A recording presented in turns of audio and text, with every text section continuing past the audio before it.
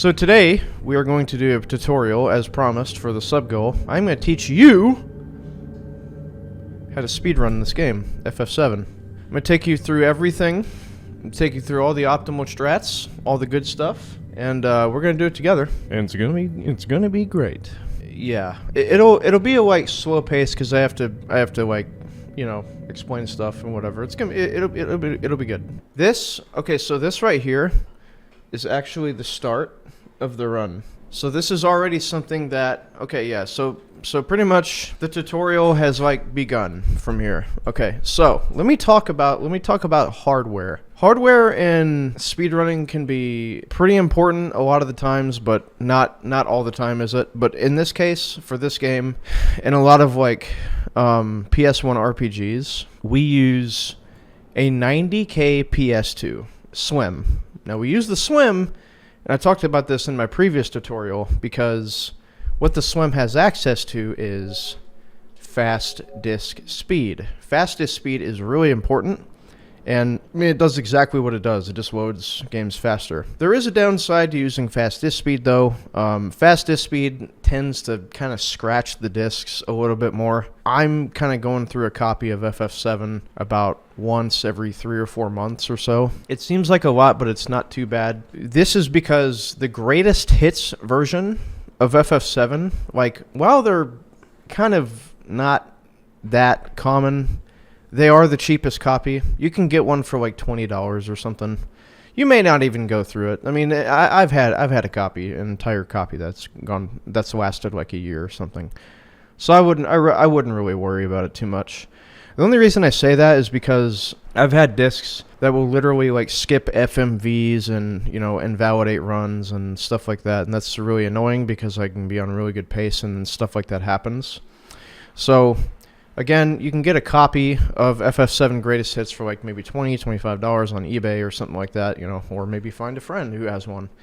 Also, you don't have to use Greatest Hits version. You can use the black label. It was rumored for a long time that Greatest Hits version loaded faster. Now, while this is true on some PS1 games, it's not true for everyone. In this case, it doesn't. It was rumored, and a couple runners, they were like, okay, you know, it doesn't, like, there is no difference. So also, the PS2 that you use, there are 4 models of the PS2 Slim, and what they are the 30K, the 50K, 70K, and 90K. The 90K has the fastest load times out of all 4 of them. They are a bit expensive. Fortunately, PS2 Slims do last a very, very long time.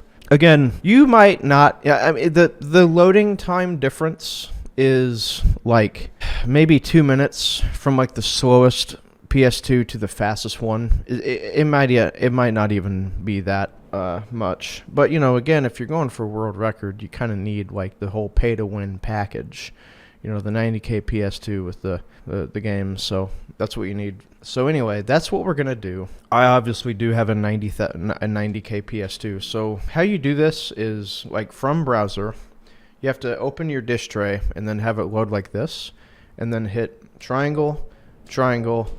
Normally it's going to be on standard, but you just hit X, down, fast, and then you close your disk tray. So before we even start the game, we've already like talked about some tech. As far as this tutorial goes, I'm gonna try and go through like every single bit of detail that you can imagine. This will be geared towards people who are just learning how to run the game. Kind of like the previous one. The previous one was more geared towards beginners, but this one will be geared towards people who are trying to learn the optimal strats, and then people who are learning the beginner stuff. And I'll have both in there. Also, it's good to note that not every single runner does the exact same strats. Some of their menus might be different because of, you know, comfort. It just kind of varies between runner, but all in all, it's not really going to make much of a difference, if any. So we hit start from here, then, okay, so we are going to use memory card. This was from the last hundo file, so that's cool. Okay, so from here, you just hit new game, and, you know, we got fast disk speed on and all that good stuff, you know, the total package. So then we just hit new game. and begin to play the best game in the world. So before this run really gets too far in, I want to talk about step count.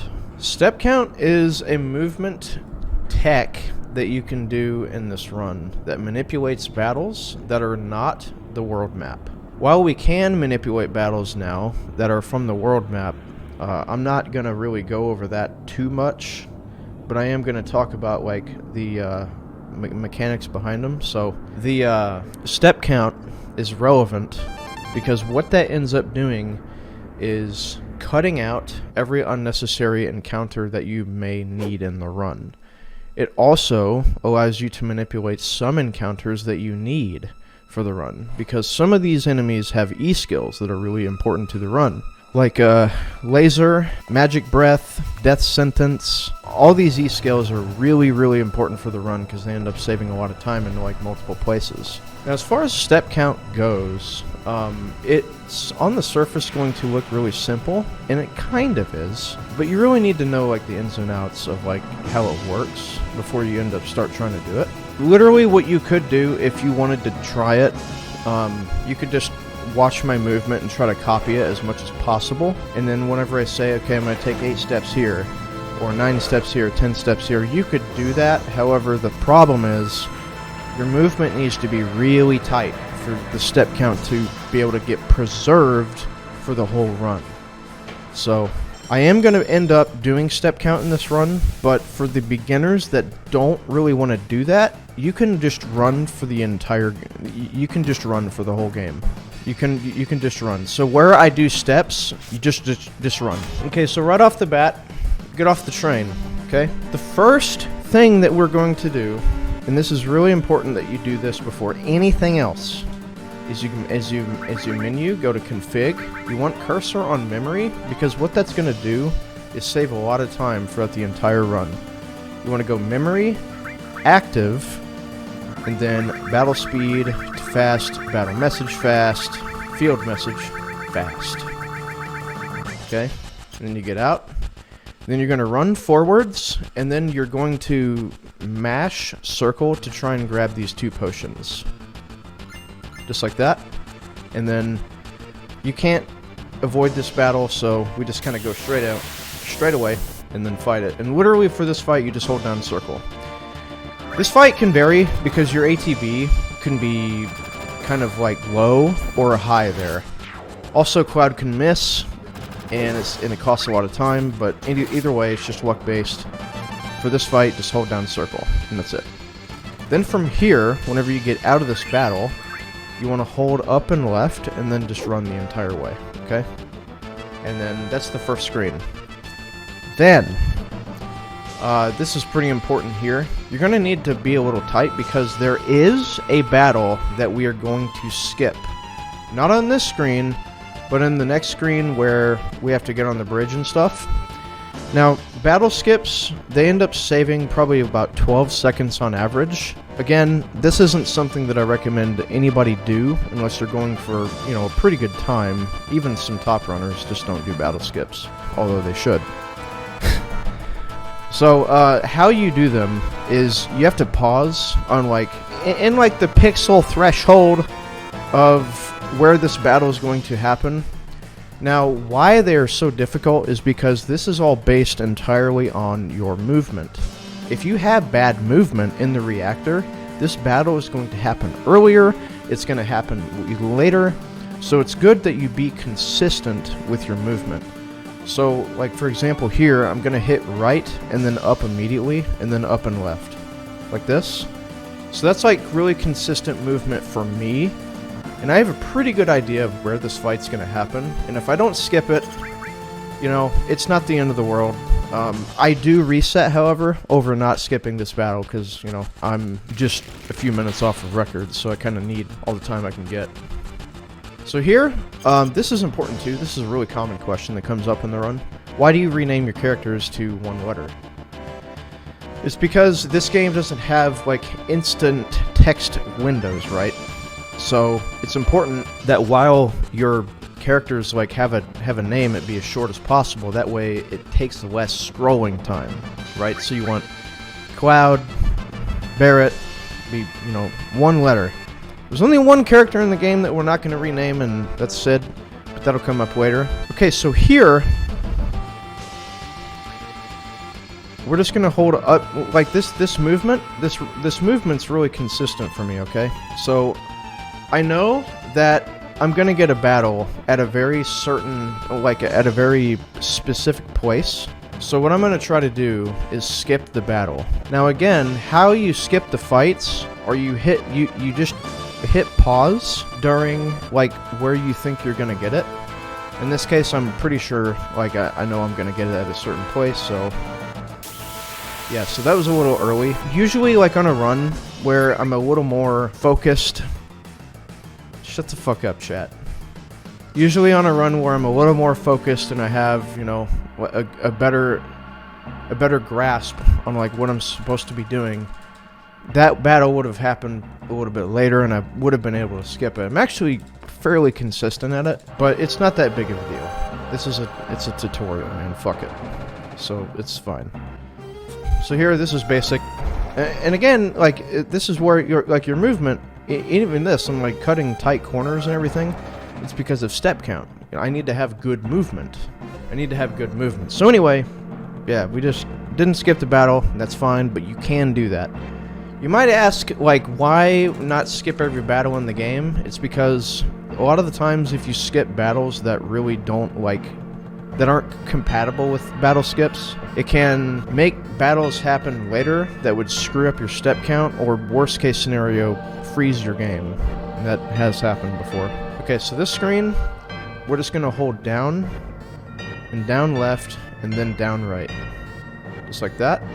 And then you want to hold right here. And then just do this, So I got that battle pretty late, which means my movement's pretty good right now. Okay, so a big time loss into this game throughout the entire run is not being able to run away from battles very quickly.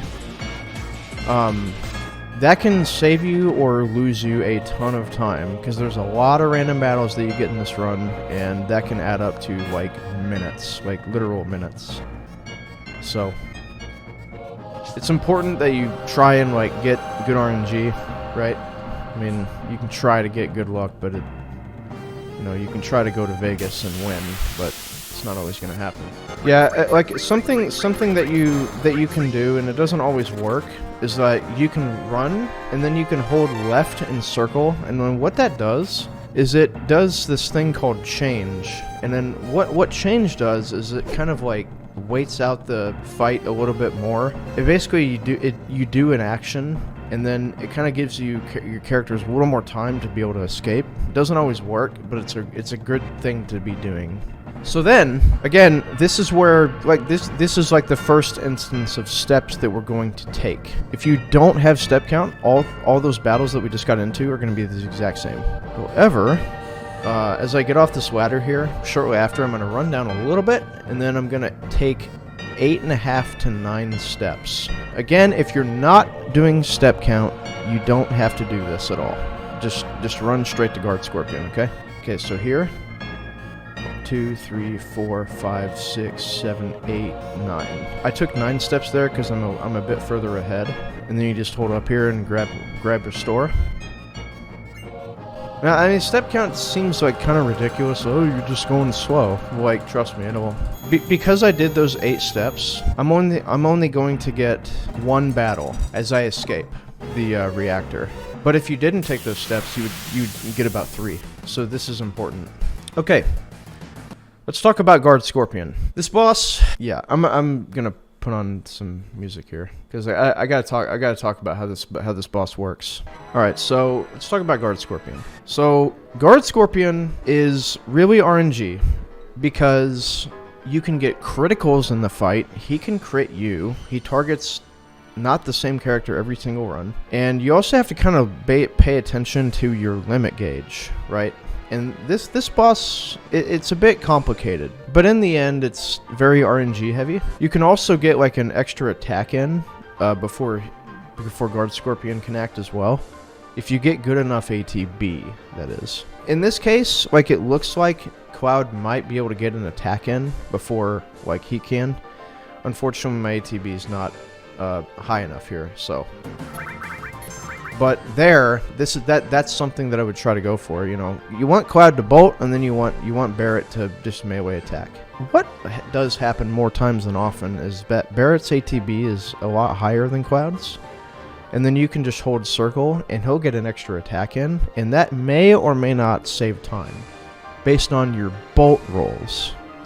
Now, bolt rolls are a really big indicator of like what will cause you to reset in the reactor, and you might spend 2 hours in the reactor, and that's not ever fun. Chat thinks it's funny though. It's really not. So your bolt rolls can have a wide variety of range, as low as 84, and then it can go as high as 96. I mean, that's over 10 damage, like, per bolt on average. So, and you're doing on average like 4 or 5 bolts. So that's like a, you know, 40 to 50 damage that like you may not get in the fight. This is where we kind of have to pay attention to what target he's going to do. If he hits Cloud, whatever. If he hits Barret, based on Barret's limit gauge, if he hits him with rifle, he's probably not going to get that limit. But if he hits him with Scorpion Tail, then that's cool, because we can fire off a limit break. Okay, so let's go ahead and see what these bolt rolls are. Okay, so he targeted Barret, which means that on the next round of attacks, because I had Cloud go first, right? And then Barret. However, we want to have Barret go first next round. That way, because of the way the limit breaks work in this game, they get priority, right? So, check this out. It's real easy. Okay, so let's see what the bolt rolls are. Okay, so that's pretty shit, to be honest. 88's not great. I have a chance to hit for a 90, but I already know that my bolt rolls are bad. So, here, we're going to have Barret go first. Okay, so we hit with...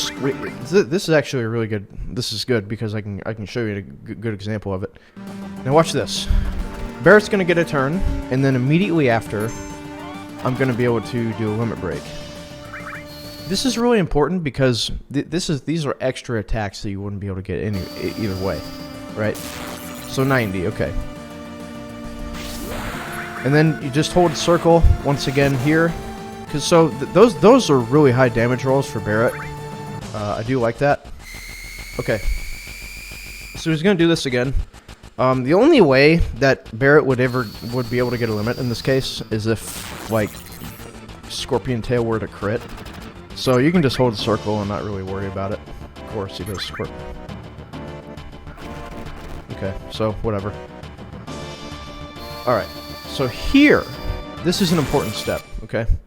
So we got to limit off, because the whole idea of this fight is that you want to have Cloud have a limit break at the end of this fight. I will say this, though. The step route that I'm doing actually relies heavily on Cloud having a limit, because what we're going to do later in the run, and, you know, this isn't too far down the road, but we're going to manipulate a preemptive apps fight.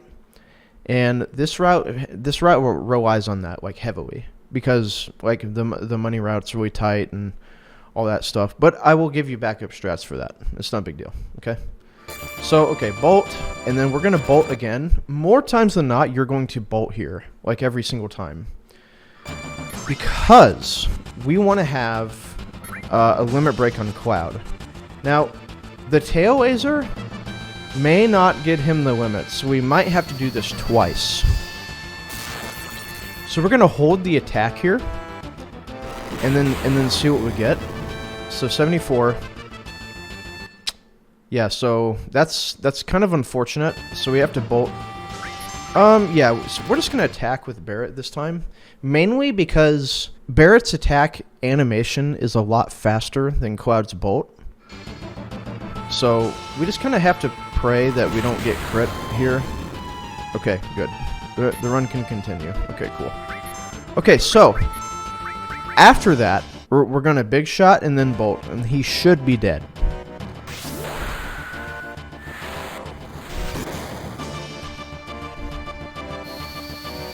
And then if he's not, yeah, okay. So that's a fairly standard fight, and you might ask, like, okay, you know, what if I only have, like, one limit break? The reason that I held the attack there is because if he did get the limit break, what I would have been able to do is attack with Barret, bolt with Cloud, and then fire off a limit break, which is, you know, extra damage. And that's 2 limit breaks for the fight, which is you normally only get 1. So that would have been good. That would have been good for us. Okay. So we're done with Guard Scorpion, and we want to split here. And the rule is every time you split, you want to hit. You want to split. That's what you want to do. You want to hit split.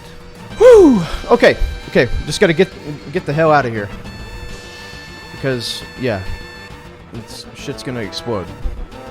Okay, so normally, if you weren't doing step count, you would have had a battle right there on that bridge. So again, like I'm showing you right now, that step count is already taking into effect, and you just want to have like good movement throughout this entire thing. You can't skip Jessie. There's nothing you can do about it. So all these Jessie shrimps, gotta save Jessie. Gotta save. Okay, so. This right here is important for step count.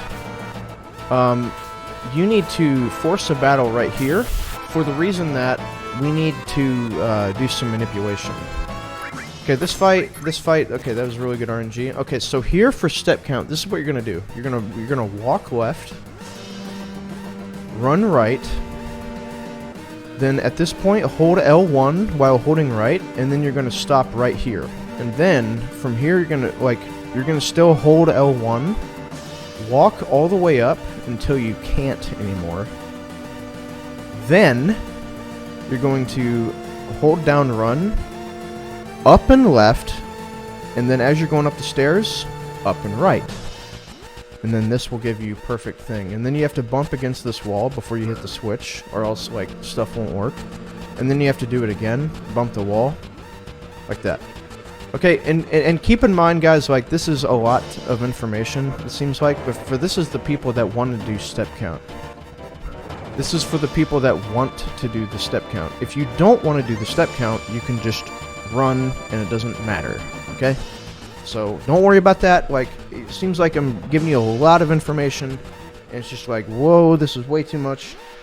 Like with the step routing and all that, but don't worry about it. If you're learning the run, you shouldn't be doing step count in the first place because you can get sub 8 without it. Ooh, that is actually a good question. What kind of controller do you use? I like to use a PS1 controller, and the reason for this is because the PS1 controllers don't have sensitivity. If you hit the button, you hit the button, and if you don't, you don't. So PS2 controllers are not recommended for this run or any PS1 speedruns that you do because the controller itself, well, they use for like PS2, they have button sensitivity, and you don't want that because mashing is very, very, very important. And I'm gonna go over that whenever I get into a long cutscene. So this is kind of chill. You just want to select the first option here, and then GTFO because Eris sucks. Okay, then down left and grab this potion. Like that. And then all 3 of these options you want to quickly hit later. And you'll be able to skip fights. Just later, and then one more. Okay, so mashing. Let's talk about mashing. Some games, the faster you mash, the better. This game, not so much. This game, I think, can only accept like inputs as high as like 20 hertz or something. I'm not really sure of the details, but I do know that like if you like some of your inputs as far as your mashing goes, they will get eaten. So you kind of want like a nice little rhythm of mashing, and you'll be able to figure that out. And you also don't want to like use too much wrist action because that's a great way to speedrun your way to arthritis and becoming an old man. You don't want to do that. For this, because it's a long run, 7, 8, 9 hours, you know, however long it's going to be for like people who are running the game, You really want to find like a nice rhythm, consistent method for mashing, because if you don't, it's going to be either too intensive or it's not going to be fast enough. So the way I do it is I do the double thumb method, which is like this. And that doesn't require much effort at all. It's very consistent, and I can do it for hours. What about turbo? Well, that's a different category. There's some runners that cheat and do turbo without being in the turbo category. Okay, so the first skip that we're going to be doing is called Jessie Skip.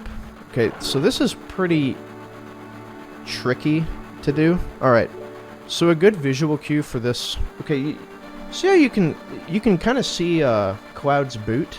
You want to go down, like tap down until even still, like 1 pixel of Cloud's boot is still on the screen, and you can't be seeing any boot action.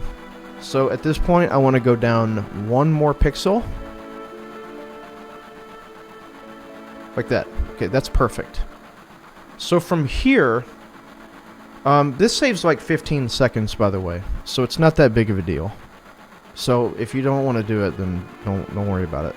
We're gonna be doing a trick that saves 19 here in like a bit. So to get Jessie Skip, you have to, from here, a great way to do it is you menu, and then from here you want to hold L1 down and circle as you exit the menu. Now the next part is pretty important, because if you don't clear a specific text box, and I'm going to show you the text box that you want to clear here. Okay, so notice how this happens, like Jessie and the guard are talking to you. You want to mash, clear that one, and then this text box right here, I like this kind of stuff, bombs and monitors, you know, flashy stuff. Okay, so this text box right here, if you clear it here, the skip won't work. If you clear it too late, the skip won't work. So you want to clear this box like as soon as you enter the store. So watch this.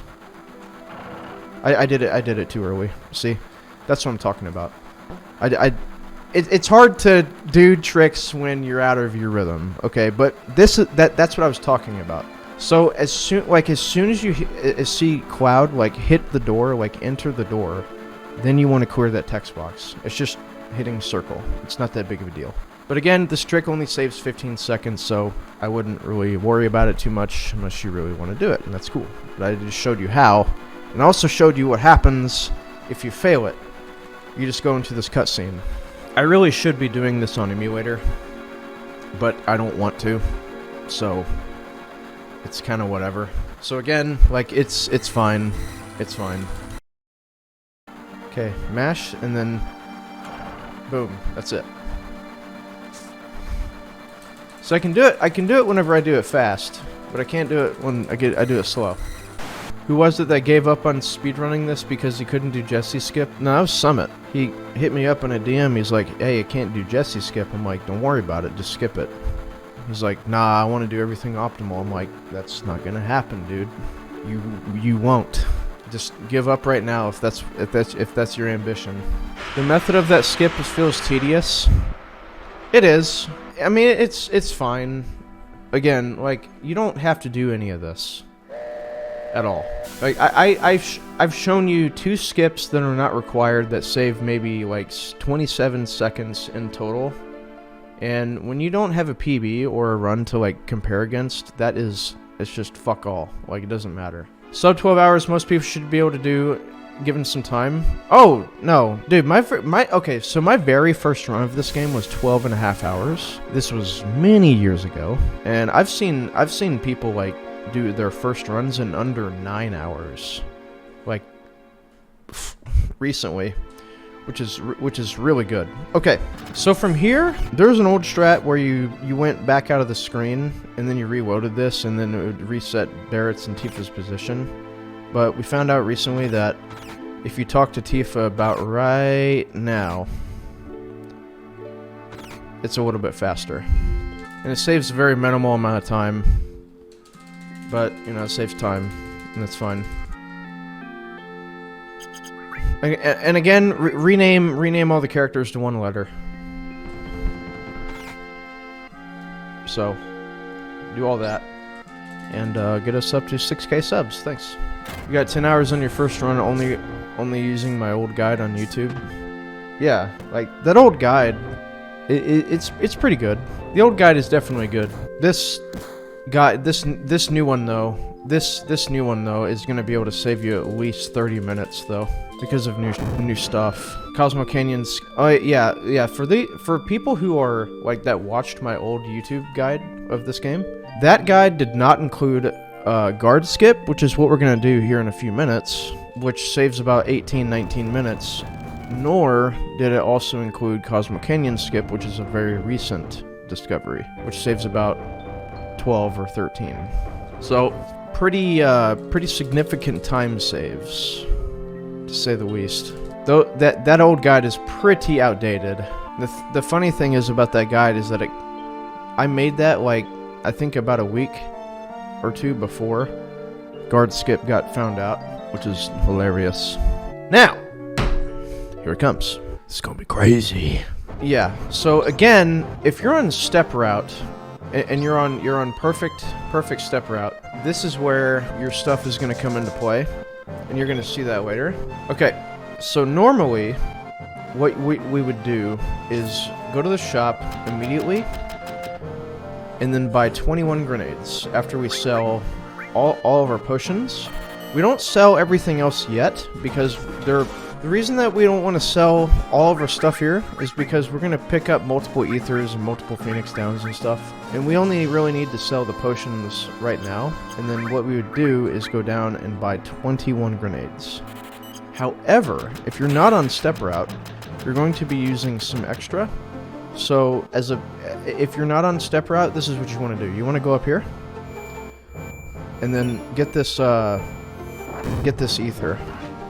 And this will allow you to buy 31. So if you're not on step route, go directly upstairs and then get the ether. And then sell 1 ether and all the potions, and then buy 31 grenades instead of 21. Okay? So it's very simple. It's like a 10-second thing out of the way. It's whatever. Okay, now we're gonna do our first major skip. Okay, so this is gonna sound really dumb, and I do have a tutorial on YouTube for this specific thing. So even if you're still confused after this, you can check out that video. And just Kbar 42 guard skip. No, it's fine. Okay.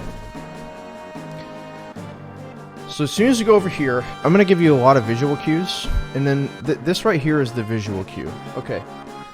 So if you like really zoom in, you can see that like Cloud's got that horn-looking hair piece or whatever in the front. Okay. And then that's like 1 pixel away from this little like dark spot or whatever, and you can see like a little dark spot like in front of his horn. This is not good. This is good. This is not good. This, however, is good. This is what you want, okay? So again, go over here, and then go all the way over, and then get to this point, okay? Boom. Now, once you get to this point, you want to hold down, and then run, right? Then, you want to let go of run. Guys, this is going to have a lot of steps in it, so just 9 out of 10 people are going to have to watch this YouTube video. It's a lot more simple than I'm making it look, but I promise you'll be able to do it. It's fine. Okay, so again, down and run, let go of run, and then while still holding down, then from here, hit R1. And then it'll get you into this like kind of weird position. So when you hit R1, like it kind of like forces Cloud to go down in a very weird position. So you'll have to like readjust and stuff. But ultimately, this is the end position that you want to be in. Then you want to like hold down and right. And then what you're gonna do is you're gonna do this.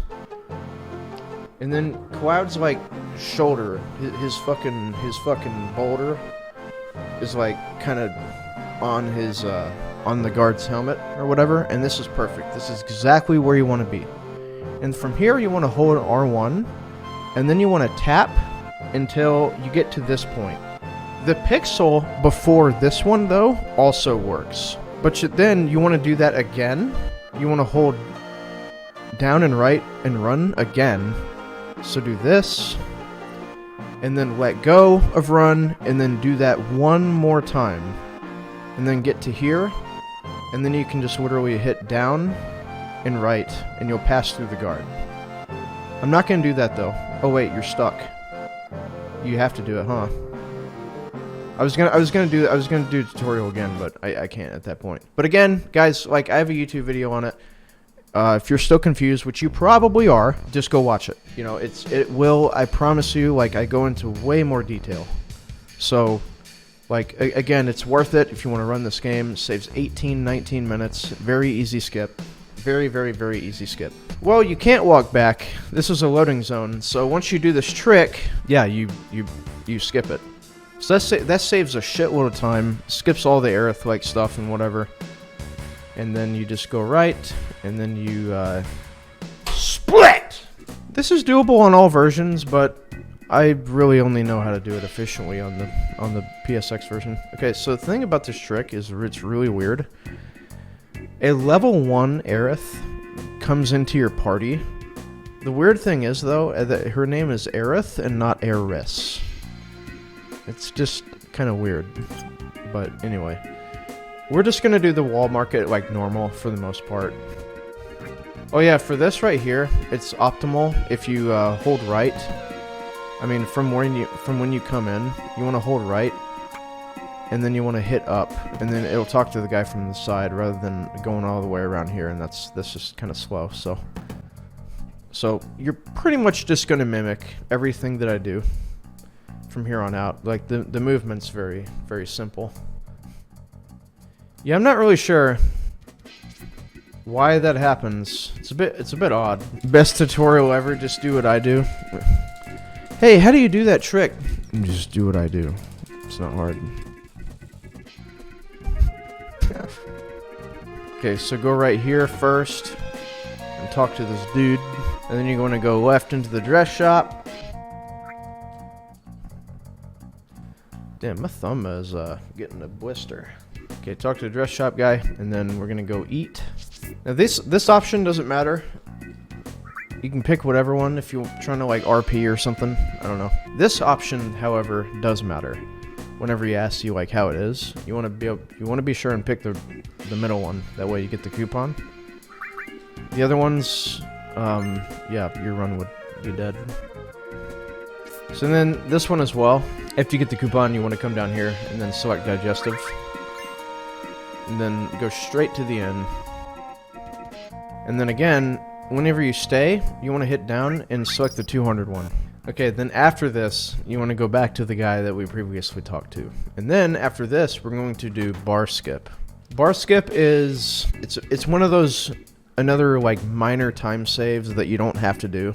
It's probably about 13 seconds that it saves. I remember I went to Witwix's house a long time ago, and I was like trying to teach him how to run this game, and then he almost got it first try. But then he soft locked it.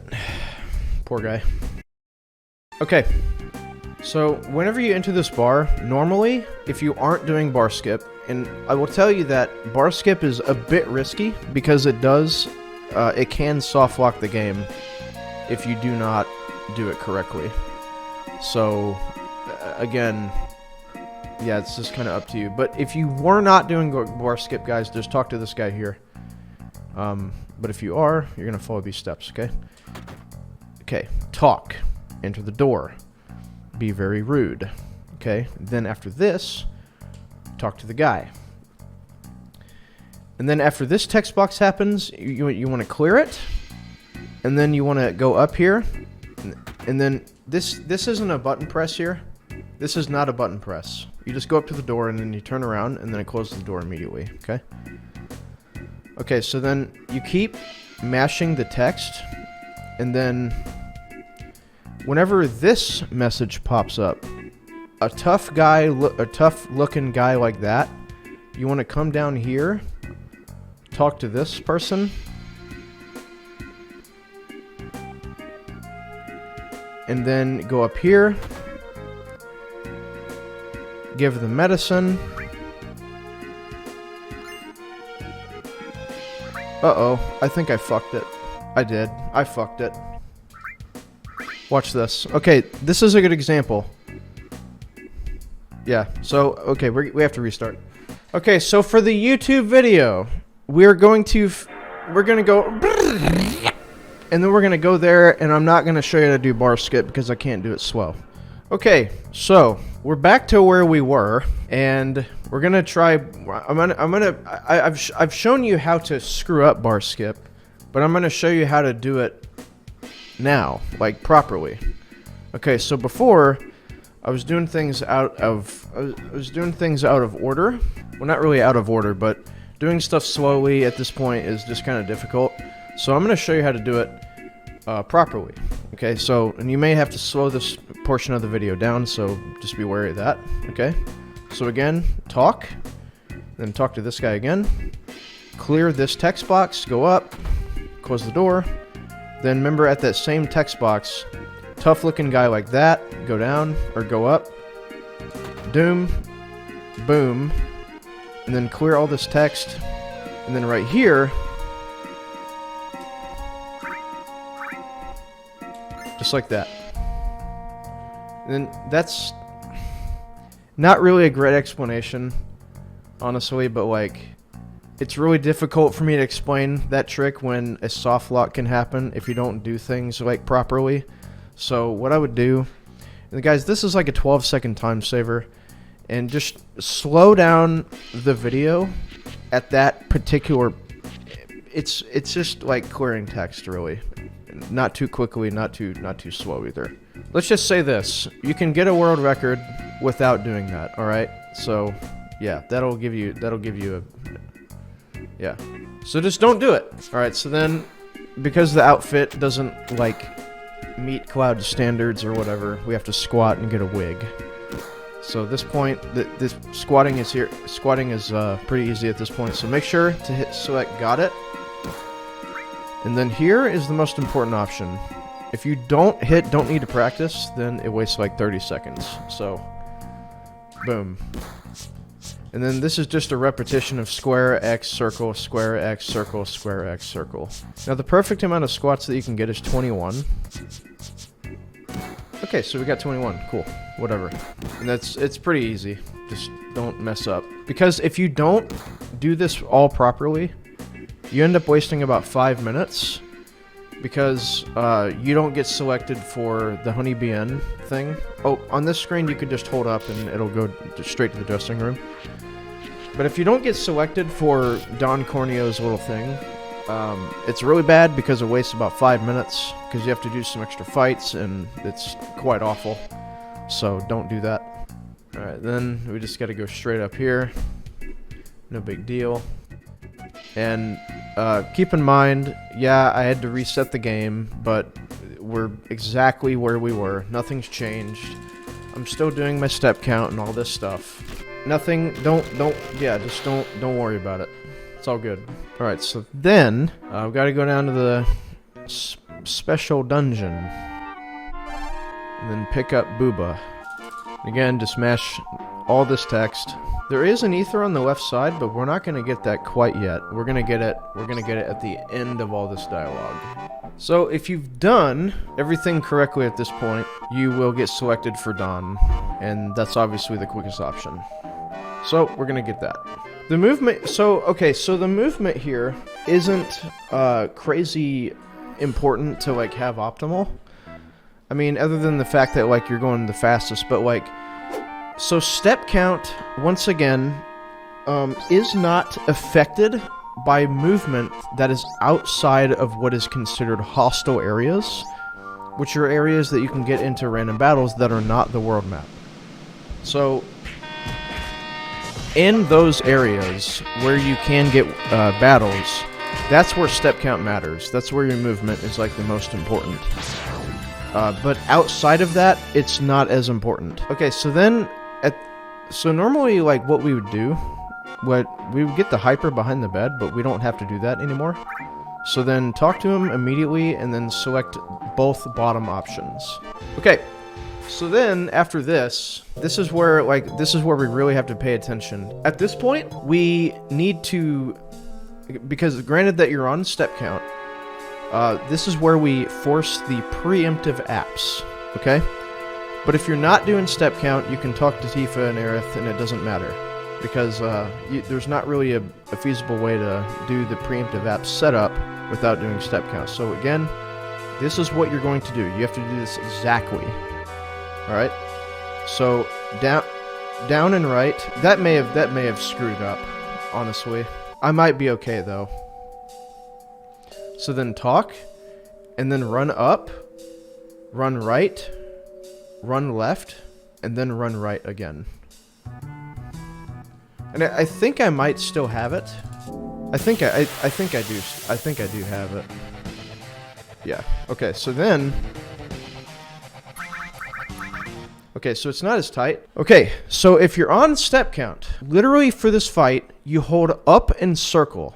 And then what that does is it immediately selects everybody throwing a grenade. And you might be asking, like, okay, why don't you have Cloud, do his limit break immediately, right? Because you get a lot more damage out of it. Well, it's because this game has an interesting property where if you don't hit something with a physical attack, it will keep the preemptive status, which means that if I throw a grenade and then do a limit right after everybody gets their grenades down, I'll still have that preemptive damage. So what we're looking for is a value of about 480 at least. If you get a critical, that's even better. So you're going to notice that, like, even though Apps is going to be turned around, I'm still going to hit him with that preemptive damage. It's going to be about 470 or so. That's kind of what we're looking for. However, if you're not on step count, what you want to do is you want to start the fight with Cloud doing a bolt, and then everybody else does grenades. And then that's it. And then you want to switch to Cloud doing the grenade, and that's it. Because remember... if you're not doing the step count, you're going to buy 31 grenades instead of 21. Okay? So watch this. So then, like, to get a quick limit break, because you're on items, when Cloud's turn, you can just hold down and circle, and it'll automatically do the limit break as quickly as possible. Watch this. Down and circle. And then you just hold circle for the rest of the fight. Yeah, that's really low. Okay, so this kind of matters because that damage range means that we're very favored to have to eat another sewer tsunami from Apps, which unfortunately wastes about 12 to 13 seconds. However, you can't really do anything about it. It just sucks. So then down or up in circle again, you just spam grenades, and that's it. You just hold circle for the rest of the fight, and that's it.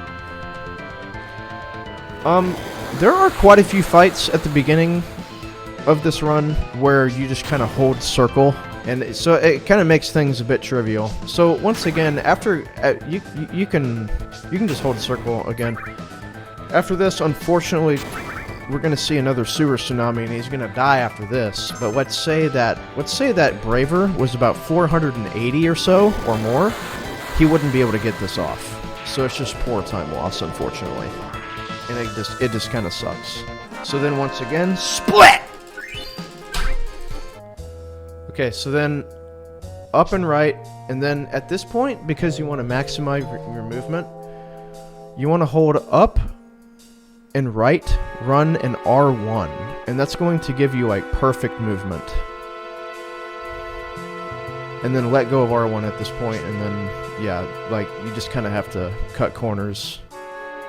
And then make sure to grab the steel. Now, this is going to be a preemptive fight, so if you're on step count, you can just get away pretty quick, so it's nice.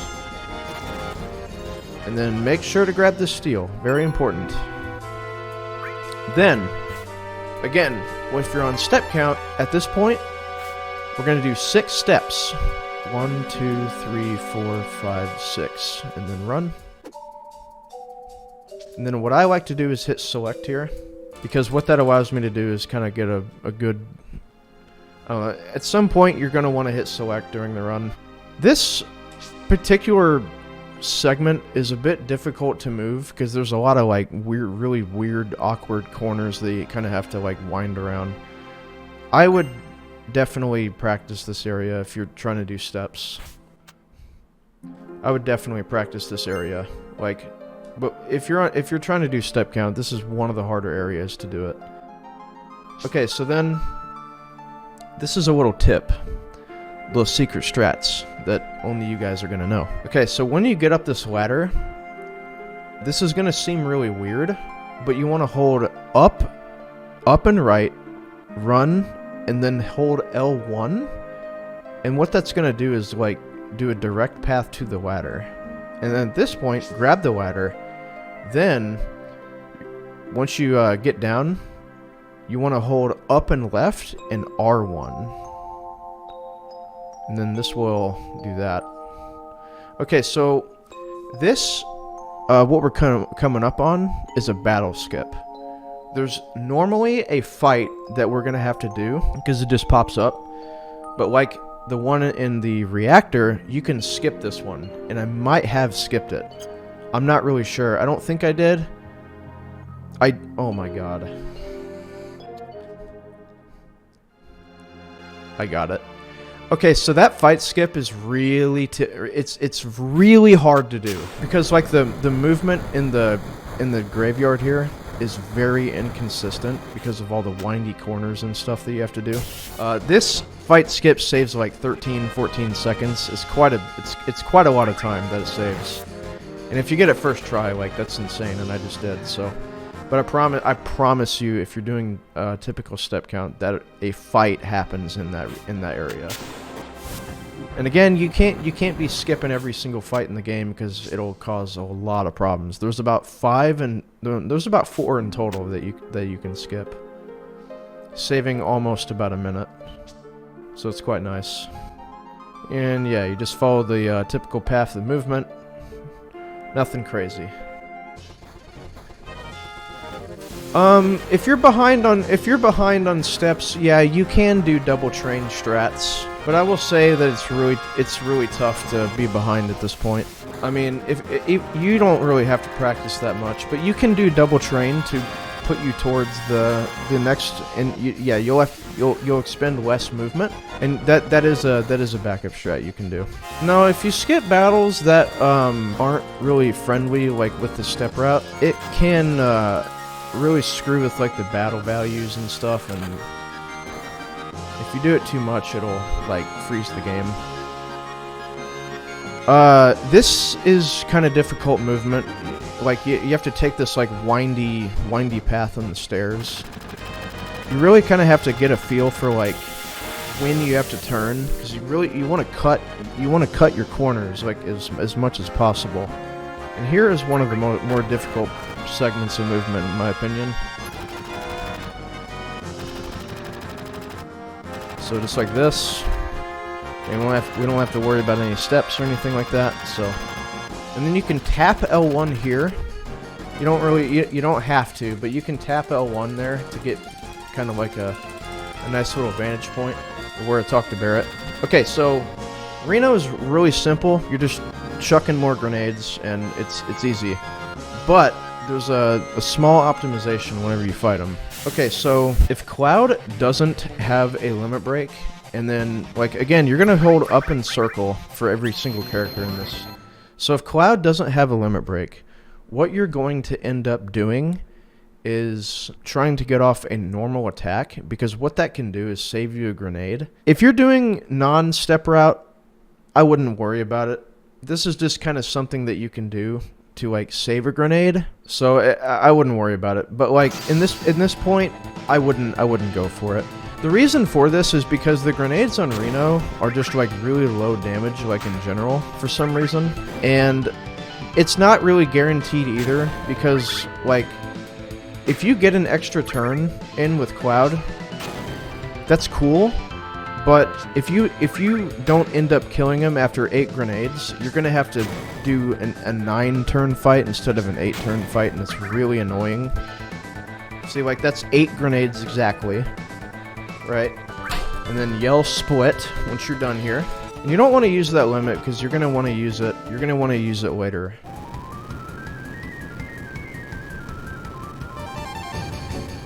So here, talk to Barret, like, until he goes over, and then talk to Tifa, and then that will make this go on.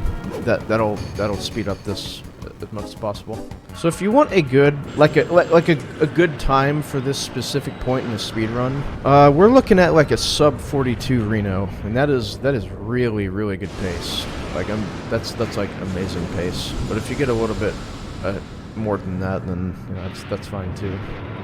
Depends on what kind of run you're looking for there. But yeah, Crater Falls, cool, and everybody's sad. Difference between speedrunning FF7 on a PC instead of a console. You're an alpha Chad if you play on PS2. If you play on a console. If you play on PC, don't talk to me. Okay, so here we get into another hostile area.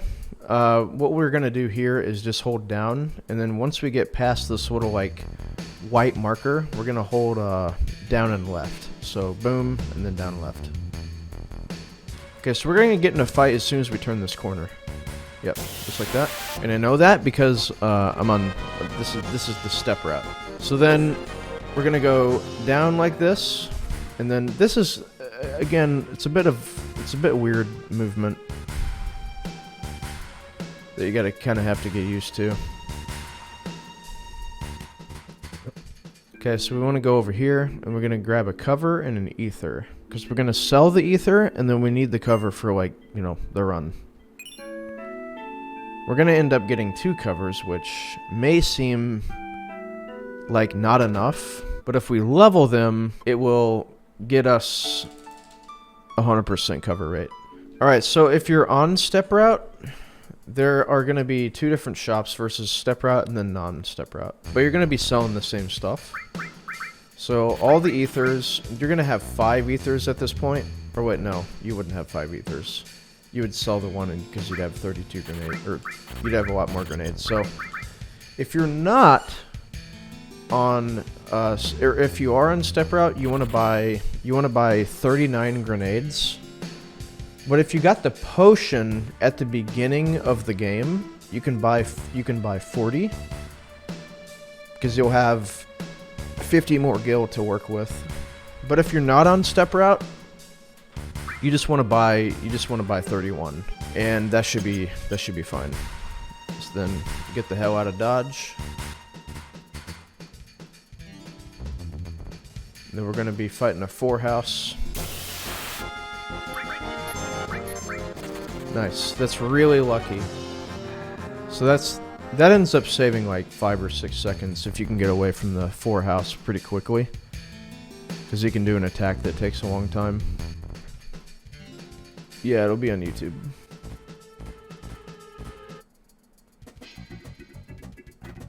Okay.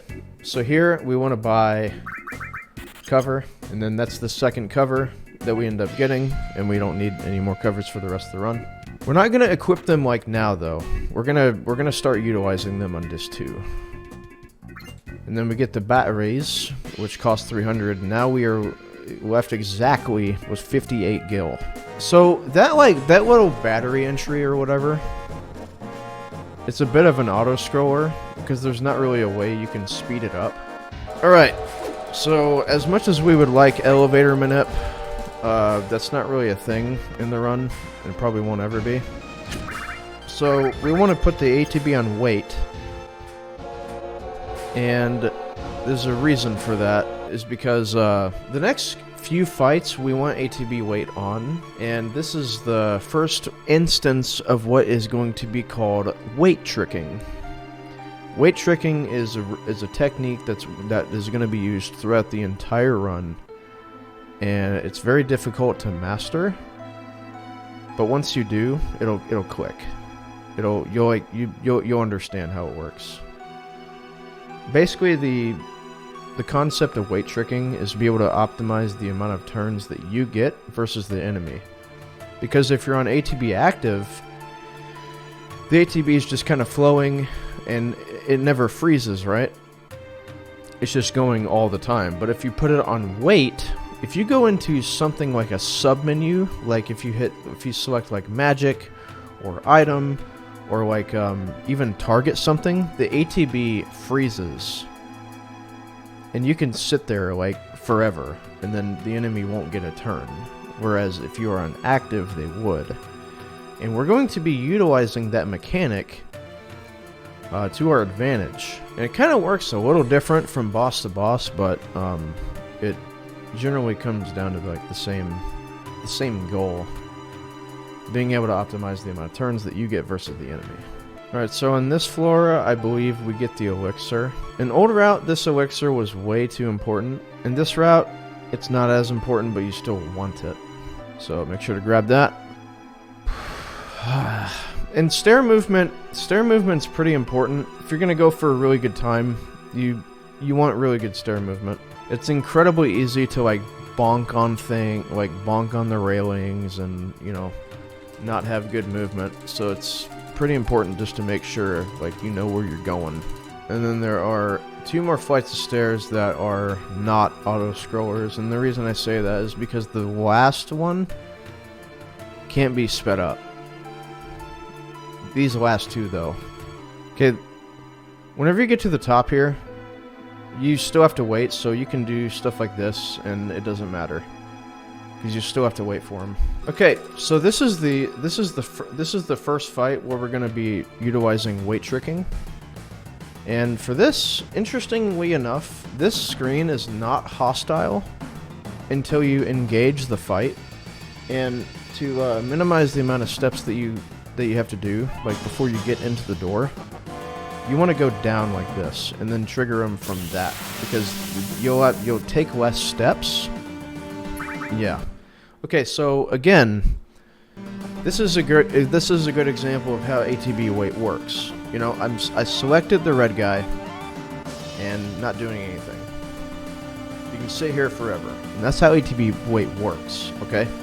Now, because I got really good ATB, I'm very favored to not have any of these red guards like do any turns at all. And this is a pretty good example of how ATB tricking works. So at that point, like, that was really good RNG. That was perfect, actually. And at this point, just hold down circle. You don't have to worry about weight tricking here. Just hold down circle. And that was kind of bad RNG. You got a turn there. I don't know what he does. I have no clue. He just kind of runs up to you and does nothing. Okay, he got a turn. So that's whatever. That's like a small example of how to do it. It's not as important to weight trick on that fight versus like other fights, but then other fights we will. Okay, so this section coming up is Monka. Alright, there's a lot of different ways to go about doing this. I'm going to do like the most optimal one. I don't recommend that beginners do this because this is a real... This saves 12 seconds over the second fastest method. And this is going to look really scary. And it kind of is, for sure. So if you want to like know how to do the fastest way to go about doing this, just literally copy this strat. If not, you can kind of go at your own speed. Okay, so watch this. 1, 2, mash the fuck out of the... Okay, and then watch this one more time. And then go, go, go. So again, wait. And then once they pass, boom, boom. Okay. There's a lot of different ways to do that. That is the fastest way to do that. Now I'm gonna bring up something interesting. Let's talk about in-game timer a little bit. In-game timer can influence like the outcome of a lot of different things. Usually this woman is like right here. Or wait, I waited forever. I waited forever. Where is she? Okay, hold on. Let me go ahead and do this again. Okay, whenever you come up here, should be on the bottom left, I think. Yeah, there we go. And then you want to, and then you, yeah. I kind of just sat there, and that's why. But that'll always be there. Okay, so we're gonna talk about the in-game timer a little bit. Okay, so the in-game timer influences a lot of different things in the game. This is a very, very, very tiny time save, but I can actually, on this next floor, what I'm able to do is I'm able to guess the password without actually checking the bookcase. And the way this works is, and you can copy this. You can copy this entire list here. The whole thing, okay? So you notice here at the very top, I have a list of all these values, right? And again, you don't have to do this because this saves about 3 seconds, but if this is something that like you can do or whatever, okay? All these numbers, they relate to the in-game timer second. Okay? So you notice that the in-game timer is going like 109, you can see the second like coming down or whatever, okay? So let's say I go now. I enter at 109:48.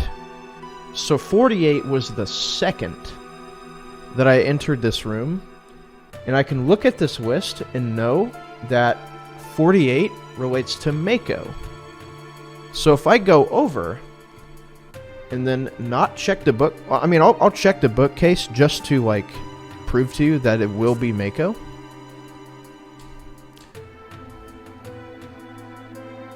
Oh, I went in a different in-game timer second. Okay, that's literally never happened before. Let's try it again. I'm gonna do that again, okay? So 110:35. Okay. So 35 again. So I look at that. I look at that second. 35 will be bomb. 100%. 100% will be bomb. Oh, okay. I already entered. Okay, so I see. I didn't know this. You can't just like. I mean, you're never going to like go back in there and then come back into the room. But I guess it only applies for the first time that you enter. But in this case, yeah, okay. So I didn't know that. It doesn't change. It's only the one time that you enter. But again, if you pull up this list, you know, and you can copy, literally just like copy these down on Notepad or something like that. You can do that if you want. And all this information is valid. But because I checked the bookcase that I know the password is going to be king. So there's like 4 different outcomes that this bookcase can be. One of the one that says results is going to be king. The one that says economics is going to be best. There's one that says, I think, like break. That will be bomb. And then the other one is going to be Mako. Now there's only 4 of them. There's only 4 answers that this can possibly be. So whatever that one isn't is going to be Mako, whatever the fuck, how you want to say it. But because it's result, I know that it's king. So we're going to answer king. And this is pretty important because 1, it saves time, and 2, you get a free elemental materia, which is going to be useful for the rest of the run. And here we can do a little bit of mash tech. I'm going to go down to 65. I like to switch my hand and then mash with my thumb, and rather than just doing the slow mash method or whatever. This is pretty simple. Just go in the door, open this bottom one, because when you open this bottom one and put it into the first slot, that makes all the chests unlock. So you want to make sure and do this first. And then how you do the rest of the order doesn't matter. You can do it however one you want, but I usually do it this way. We're gonna have 2 fights total in this room. No, I mean ATB at the beginning of every fight's random, and it does have a pretty big influence. So you want to go out here and then go around. I'm pretty sure going around and exiting the left door is slower. Okay, so here, cut corners. You can choose to flush the toilet if you like. Just something that you can do. Flush the bad RNG down. Okay, so versus the old tutorial would probably saved about 19-20 minutes, something like that. Because the old tutorial didn't even have guard skip in it, so we're already saving a lot of time. So that woman at the bottom, she can like move up and kind of block your movement. But if you have good movement, you'll beat her to the point, and you won't have to worry about it. So again, if you are trying to go for good step route, I would recommend that if you're trying to like learn the movement for each little room and section, just copy mine. So try to like cut every corner, try to like copy everything, you know, and you'll be all right. You will have to practice it though, because movement isn't super like easy in this game. Okay, so this is something that you want to do if your party's really low on health. What you would do if like somebody's critical, you would go to Materia and then replace this one with Restore and then heal everybody. But because I'm not, I don't have to do that, so I can just skip this menu entirely. But if you, like in 9 times out of 10, you're not even gonna have to worry about that menu. But if you do, that is something that you can do. Usually I skip it like regardless. I just, you know, go for the risky stuff. Because you're really not gonna, you really aren't taking a whole lot of damage up to this point anyway. And this fight can lose you a lot of time, because if you get some nasty RNG, it's gonna be quite frustrating. But there's a pretty specific way that you want to do this fight that's gonna work out in your favor most of the time. And you can get a free limit off as well, so it's nice. Okay, so then after this dialogue box, you want to be like, Barret, take care of her. Because what this is gonna do is put Tifa in the fight instead, and that'll get her a little bit more EXP. So some people, they rename red to R. I just do this, you know. It doesn't really matter. So okay, but because we're on wait, okay, we're gonna take this fight exactly as I'm gonna present it to you. Okay, so every single time, what the sample is going to do is start off with Shady Breath, and it's actually good RNG if Shady Breath hits everybody, because that guarantees that he won't cast it again, because it's super slow, and you're gonna see. Okay, so for this fight, there's a scripted order that you want to do it in, and you're gonna do this every time. Tifa throws the grenade first, Cloud goes second, and then you want to hold this. Okay, so that was ideal RNG. So everybody, that means that he won't be able to cast Shady Breath again. Okay, so Tifa goes, and then Cloud goes, and then you want to hold this grenade with red, like until after, like Cloud, he's gonna do a little hop back animation once he gets back from throwing the grenade, and you're gonna do this exact thing. Okay, throw. And then Cloud's gonna throw, and then he's gonna hop back. And then once he does hop back, that's when you want to throw with Cloud. So right now. And then you want to let the ATB go a little bit. That way Tifa and Cloud both can get credit. So then you want to throw.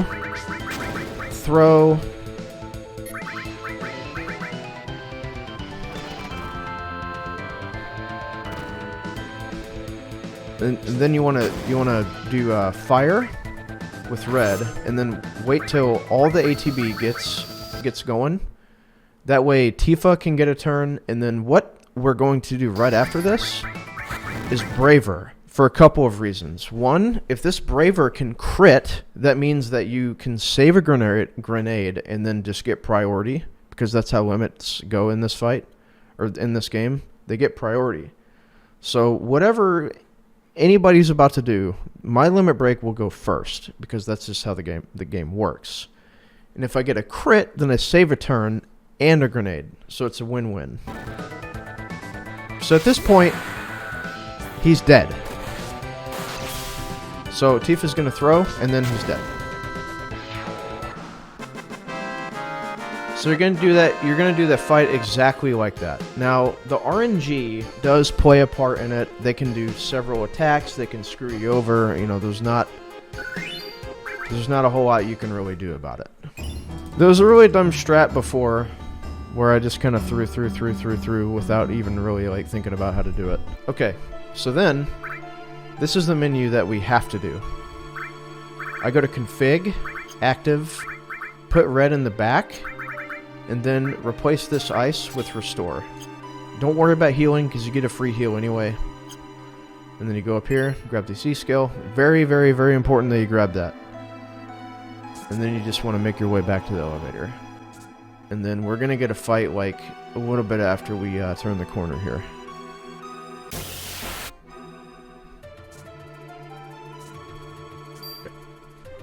No, don't. There's fights you want to skip it. There's fights you want to skip, and then there's fights you don't want to skip. There's about 4 fights in this run that you can skip without it screwing your game up. Yeah, because it like messes with the game's like values and shit, and it's really weird. But yeah, it can be really quite bad. But just don't do it. Yeah, so here you want to go up to the door and then select the bottom option, and then that's gonna yield the fastest dialogue. And then once Aerith STFUs, you want to go up to the door and then just mash here. The run at this point kind of feels like a bit of a slog, but like that's like Midgar in general. It's a bit of a slow pace kind of thing. But then after that, that's when we start to really. It's when it starts to pick up. So then go over here after that. You select the key. And there's like a tiny glitch that you can do if you like mash the hell out of this button. And sometimes like he'll talk to 2 people at once. Thanks, Chris. And then like you can talk to Tifa earlier, and then it will like cause that dialogue to go a little bit faster. It's quite weird. But like you always go for it, but I wouldn't worry about it. Don't worry about it. It like happens like once every 1 in 20 runs. Okay, so this is one of the fights that you can skip, but if you do, it's not good. You end up getting, yeah, just don't skip this one because it's preemptive anyway, and it's a fast escape. So again, movement here is pretty important.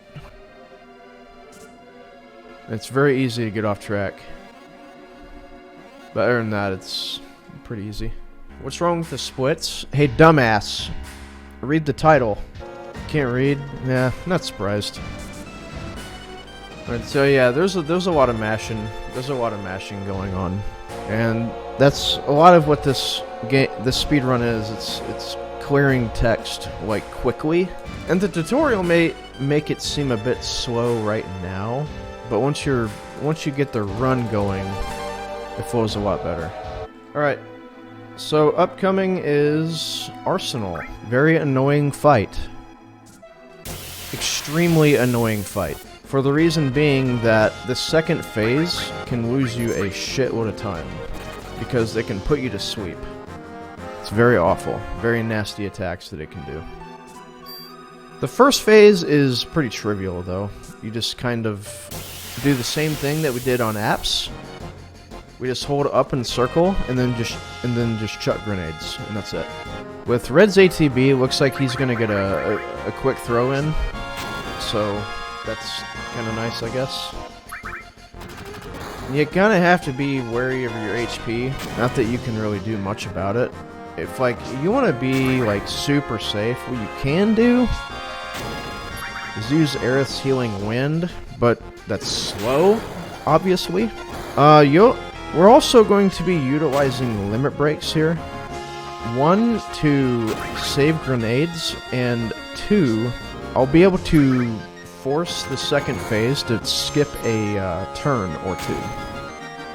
Okay, so on this fight generally, with my grenade count, I want to use 2 limit breaks to save 2 sets to save 2 grenades. And since Barret already has a limit break, I'm just gonna hold this one, and then I'm just gonna throw. Ideally, he hits red here, because then he can get a limit break and then get off a limit. So we'll see. Okay, so then the first one, the first attack did not put us to sleep, so that's really nice. So ideally, he hits red. We'll see. Okay, that's a little Monka. That's fine. Oh, well, down she goes. Okay, so what I'm gonna do here is attack once with Barret, and then throw a grenade. Because at this point, what that allows me to do is kill him anyway. Oh my god. Okay, so that was really stupid. Whatever.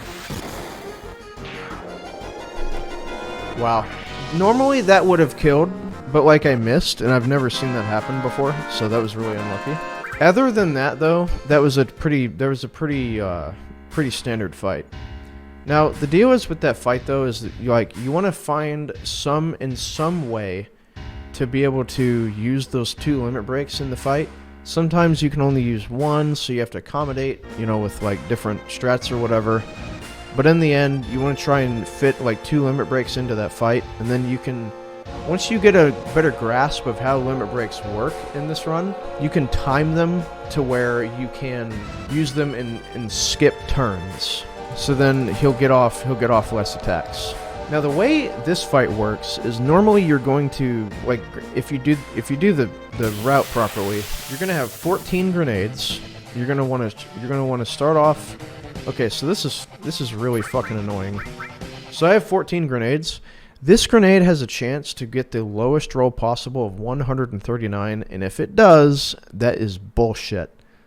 Because Dark Nation has exactly 140 HP. So if I see a 139 roll, yeah, you just kind of have to burn the... Okay, good. And then at this point, you just throw grenades. You just chuck grenades. Chuck grenades, chuck grenades, chuck grenades. And this is the fastest fight possible. And then he'll die and 1 more. Okay, he missed twice. That's really unusual. Okay, and the whole setup is that you want a limit for this next fight coming up. So then what I do, based on what the Materia set up here, is I go to equip the Mithril Armlet, and then you go down to that Materia, Poison, Ice. And then you want to put Cloud in the... Normally, this would be back row, but this is considered front row because of the next fight of how it functions. So just go down, this, talk to the bay, and then here the movement's very simple. You just hit left and then left down once you kind of turn this corner. Easy. So if you are not on step count, you're probably going to have more grenades to work with, so you won't really have to worry too much about the grenade count being too tight, because I think you'll have like 3 more than usual. So you may not even have to get off limit breaks in the Arsenal fight. So it'll be a lot less troublesome. But if you're doing step route, then you're already trying to like do advanced stuff anyway, right? So okay, and then because we got all the equips and everything, you can just mash start here. And you might also be asking like, hey, why don't you menu during like that, because it could like realistically save a pause.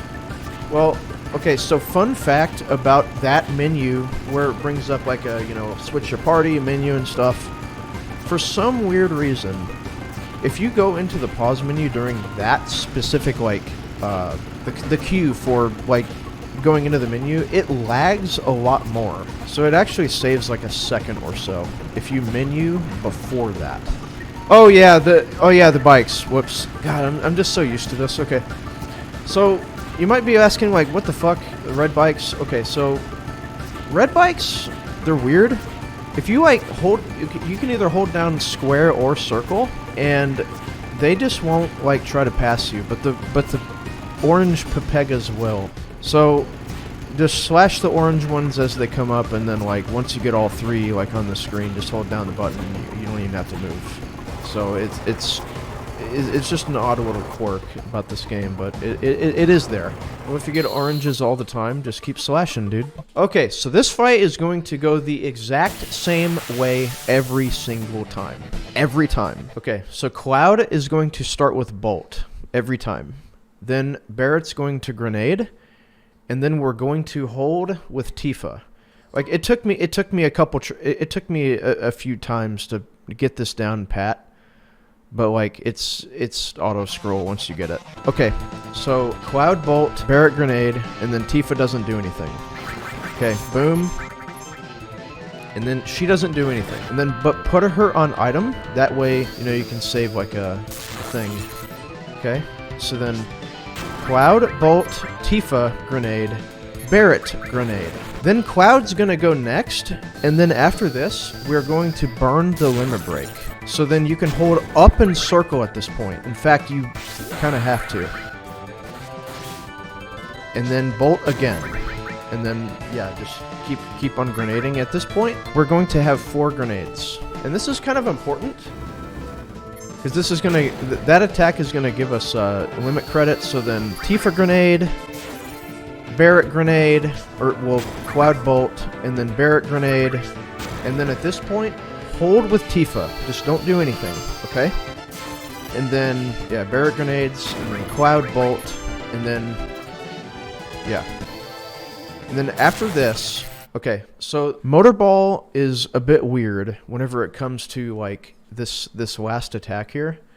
If you, like, buffer an action, like, during a certain point, like, he'll get off the last, like, flame attack or whatever, but, like, you're gonna see me do this in a very particular way, and what I'm going to do is when Cloud gets his ATB filled, I'm gonna throw a grenade with Tifa, switch over to Cloud Bolt, and then Barret Grenade. So watch. Boom, boom, boom. And then, like, he won't get this last turn off. Because I don't know why. It's the way the boss works. And then there's something interesting.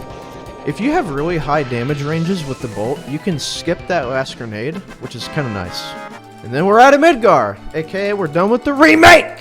Alright, so this is a small skip. It's pretty important that you do this, though. What we're going to end up doing is trying to leave and then talk to Barret at the same time. What this is able to, what this can do is skip the party change or whatever. So this takes a bit of practice. So what I like to do is get about right here, and then from here run down left, and then kind of like mash a bit like that.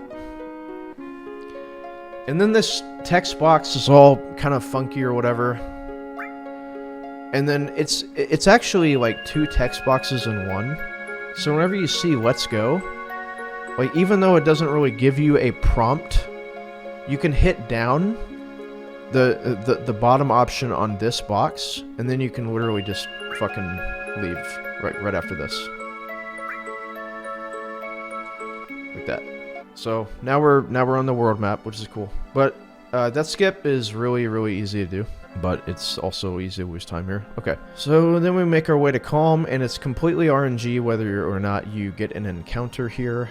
So if you get a fight, that sucks. Yeah, just kind of poor time loss. There is a way to manipulate world map encounters, though, but I'm gonna go over that in a bit. I don't know. I don't really recommend world map manipulation anymore, though. Okay, so this is the Calm cutscene. It's entirely RNG. And it's got a skip in it, which isn't too bad. But I will show a really consistent way to do it.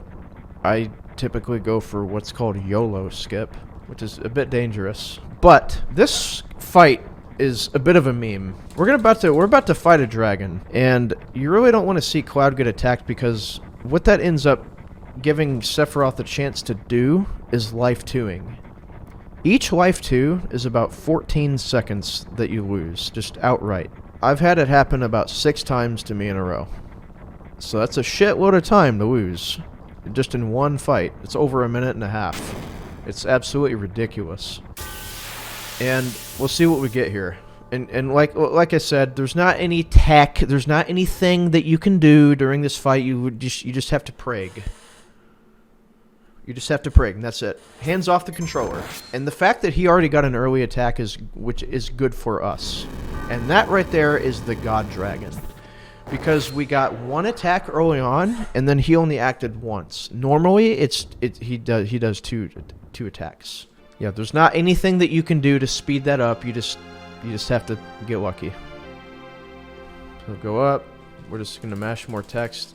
The calm cutscene is a bit of a sleeper, like at this point. There's just not much going on.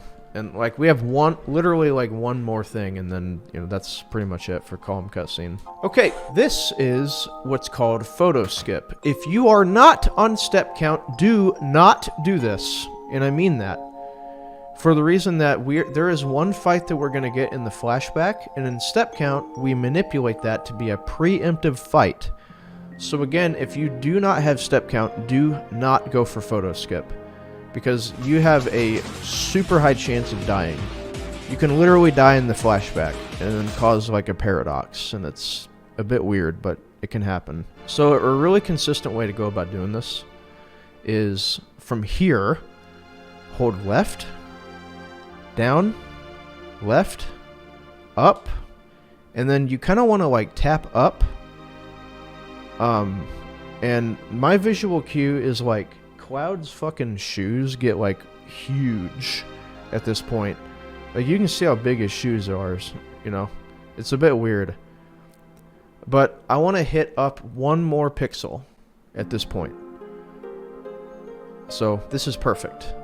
And then now what we're going to do is we're going to pause, and then after we get out of this menu, we want to hold up, right, and circle. What? Wait, maybe this is it. Why didn't that work? Okay, let me try that again.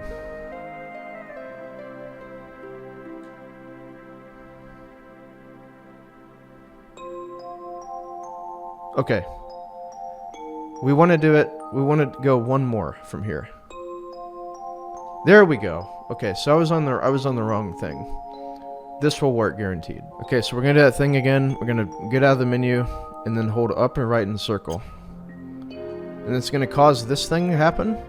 And then there are two text boxes that are gonna be appearing on the screen. And you want to like clear two of them and then just try to weave. And then from here, don't do anything else. Just go up. Like, don't clear this text box that's about to happen. Do not clear it. Do not. And that's how you do it. Photo skip saves like 50 seconds, so it's pretty significant.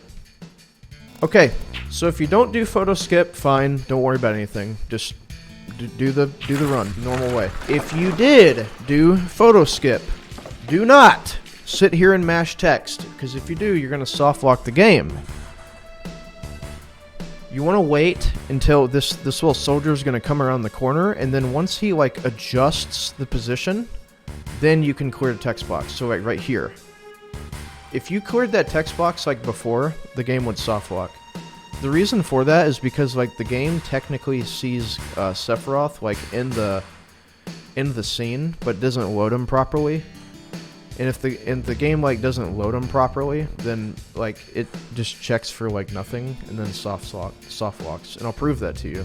Because even through that, you're going to see Sephiroth's text, even though he's not on the screen, like show up. So he's supposed to be in this scene, but he's not. And then like look, Sephiroth's text is still up there, but he's nowhere to be seen. And he's supposed to be on the left side there, but he's not. Technically, you can't get an encounter here if you're on step count. No, I mean some runners they will force one there, like on the steps. I don't though. I probably should. I mean it's a faster run, but you know it's whatever. I just go straight away. The way the step count resets is upon hard reset, which is why you guys see me every time I reset. I turn off the console, like I do a hard reboot. Okay, so there's like a slight movement optimization that's been found recently, so that's cool. Instead of going like all the way left here, you can like go around this box and then just exit here, so it saves like a tiny amount of time. You know, it's cool. So here I'm going to give you a demonstration of world map manip. And this is for people who want to really optimize like their stuff. So I'm gonna pause the timer here and then give you a brief demonstration. Yeah, so in-game timer, it can influence the encounters that you get on world maps, and we can manipulate that. We can entirely manipulate, but it's a bit weird at the moment. But I'm gonna show you, because I used to do it in the old route, but I don't do it really anymore because I don't really find too much worth out of it.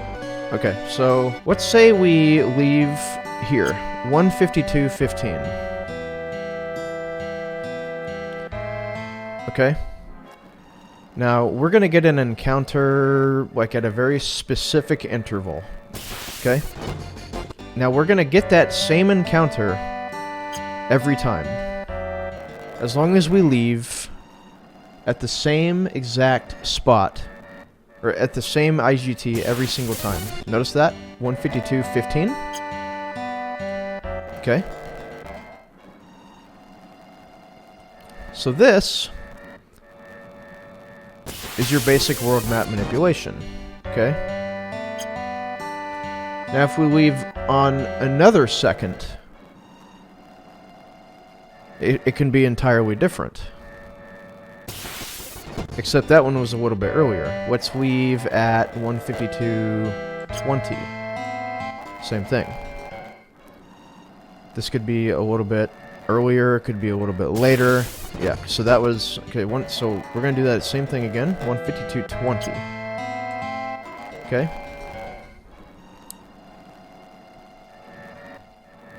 Same spot. So, you can pretty much determine that, like, in-game timer, wherever you leave, also your movement also can influence, like, where you get to battles and stuff. So, let's say if I were to, like, you know, move around or something, you know, it could be good, it could be bad, you know, there's a lot of different things about it, but, there are ways to manipulate, feasibly, your encounters on the world map.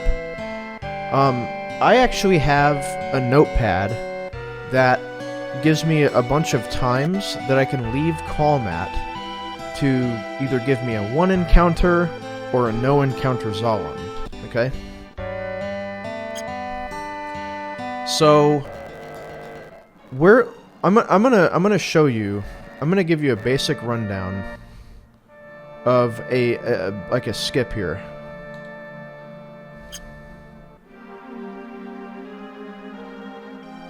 Okay.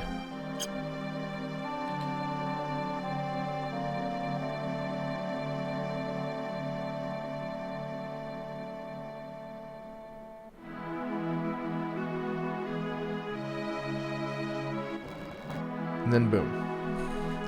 So this right here is something that you can do, like, and this is gonna have, you know, if you're interested in this sort of thing, you can route out, like, times that you can.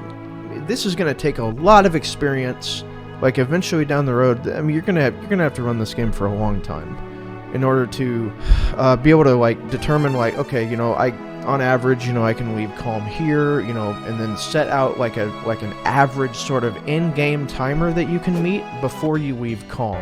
Okay. Now, while this looks all cool and stuff, you know, let's say you have a really fucking banging Midgar, and, like, your calm leave time is like 152.14, and you end up, like, getting to this point at, like, sub 152. You know, you would have to wait like 14, 15, 16 seconds for you to get to that in-game timer so you can do your manipulation, right? So you either have to leave immediately, or, you know, route out faster in-game timers, you know, which could be good. The issue with this is, like, old Cosmo Canyon skip route, which I haven't really talked about, like, at all, like, in this tutorial. It was a lot more feasible because we could do, like, those pauses and stuff, and then, like, get a really good, consistent method to go to the farm, and then we'd leave from the farm at a specific in-game timer that would correlate with like our manipulation that we would do out of calm, and then we could actually manipulate Zolom as well. So it was kind of like a chain manipulation. It's not as consistent though, because you know we don't have to go to the farm anymore, and that it's just not as consistent. So like while you can do this, here, let me try it. Let me do it again. Okay. So like here, again, while this looks sort of easy, it's really not at all. Like that pause may have been a little bit too late. No, it wasn't. Okay, and then you have to pause here, and then you kind of have to do this or whatever, and then go here. And then while that looks all great, Zolom can just not fucking behave properly. And that really just sucks dick. So what I've been doing lately is just not really working with manipulation at all. You know, because, you know, I could get lucky and only get one encounter from here, and, you know, I don't really like the idea of manipulation. It's kind of annoying. So in this case, as far as Zolom goes, there's a couple different ways you can go about doing it. You can do the YOLO method. Okay, so this is a good example. See, look at this. Like, that's a really good IGT. Look at that. That right there is the YOLO method. Just like going, because like Zolom will behave randomly anyway, so it's really impractical to kind of manipulate him without IGT. So you can do the YOLO method, which obviously you saw how that worked out. Or you can kind of wait. You can wait for the guy to get in a weird position. Okay. But I will say this. I'd say a good 85% of the time, after a fight, Zolom's position will reset into a friendly way to where you can kind of run here, and then he'll like bounce off this thing, and then you can just kind of like you can go your merry way there, and then you can kind of pass or whatever. That's what I do typically. You know, it kind of depends on like the run that you're on. If you're on a really shitty pace, I'll go for YOLO. If not, you know, I'll look for something a little bit more consistent. So it really kind of depends. Like I said, you're really not going to do manipulation at all if you're beginning this run. It's just way too much information, way too complicated. But let's say if you're running this game for about a year or two or something like that, you're looking for something a little more techy, you can go for the manip. You can make your own times and stuff. You know, I have times that are posted that work every time. I've done them myself. I've had friends help me with them too. So I mean, they do work. They're just not the most consistent. And as far as the world map manipulation goes, you can even extend that further, which I'll show you here in a bit. So once you get past Zolom, right, you have a cutscene that you can skip here. And I think I already skipped it. Nope. Okay, so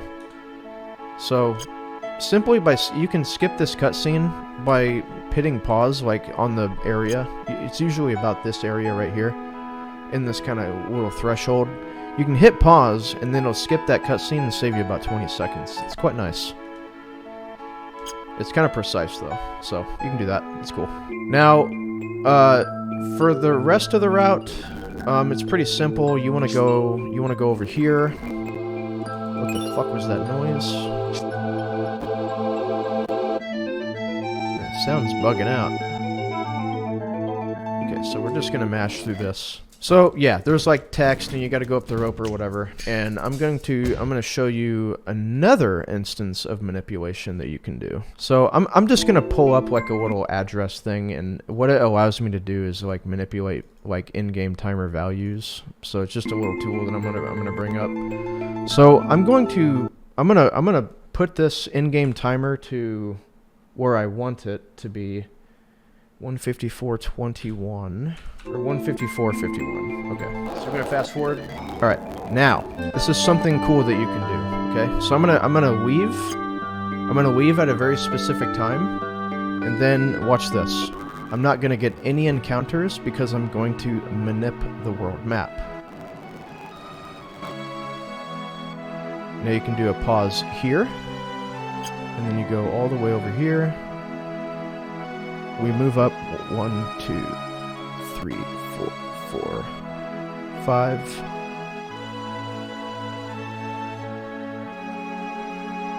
And then we literally just do that. That's like super easy to do, and like routing out your own world map like manipulations is a fucking headache. And it's a lot easier to just not do it and then just go for the YOLO, right? And yeah, it's what I've been doing lately. But let's say, because let's say what everything I was doing was just a bunch of bullshit, right? And you guys don't believe me. Well, I'm gonna not do any of that what I just did. Watch. See, I get a fight. So we're getting to this fight. This guy does the slowest attack possible. And then we're going to do the same thing. We're just going to follow like the same movement or whatever. I'll probably get another encounter, right? I probably will.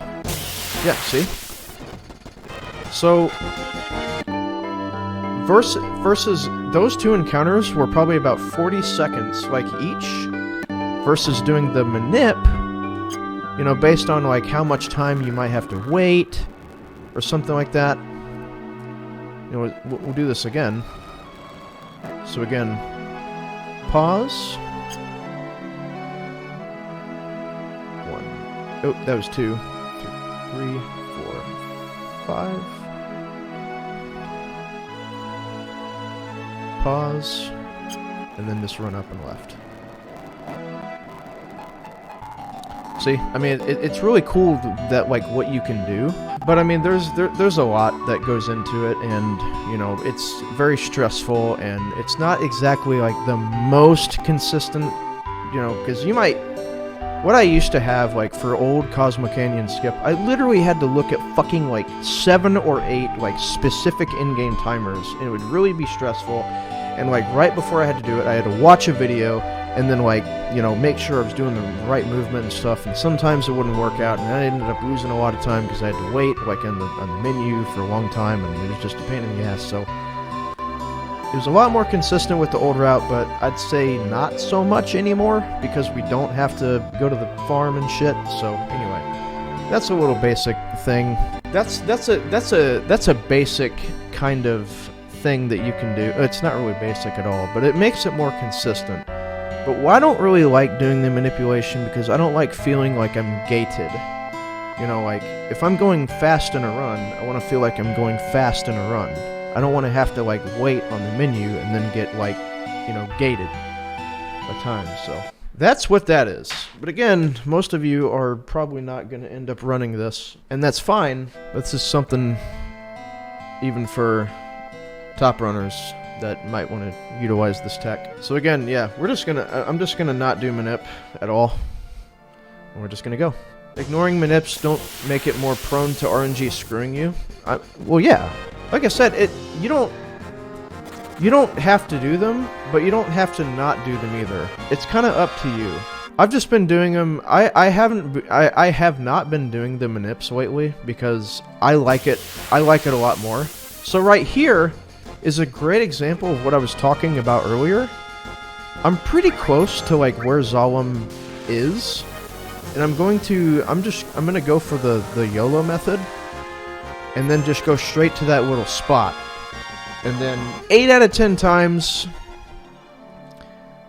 he'll be where I want him to be. Okay, good. See? Easy, easy. Then we're going to skip the cutscene. You might have to do a couple pauses. You might have to do a couple pauses there, but then, yeah. Is 2 encounters bad for Zolom? Yeah. I mean, sometimes you can get none, right? And then just, I mean, it all comes down to, you know, but if you leave Midgar at fucking, like, low 132, you want to capitalize on that time save that you had, right? I don't want to just, like I really want to capitalize on that time save. So I'm just going to go for, I'm gonna go for the fast shit. Do everything fast.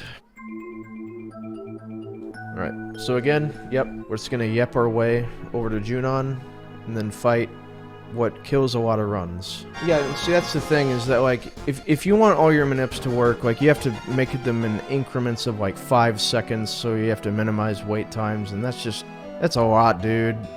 Like, a lot of videos, a lot of notes you gotta make, and it's just not practical. Okay. Now, once we get into Junon, we want to sell Star Pendant, Guard Source, Bronze, Protect Vest, and a Talisman. Then, 10 potions, and then 35 grenades. I think I'm also going to save. Okay, so then, if you don't have any grenades at this point, what you want to do is you want to arrange, customize, and then put the grenades at the top. Otherwise, if you do that, like, up and circle trick, you're going to be throwing potions, and that's not something you want to do. So then heal everybody, and then put everybody in the back row. So this fight is entirely RNG. There's a lot of different ways that it can go. Like, tons of different ways it can go.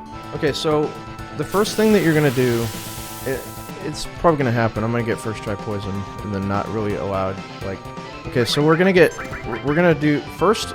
This is the exact turn order that you're gonna do, like, every single time. Yep, like, first try poison, and then from here you just want to keep chucking grenades.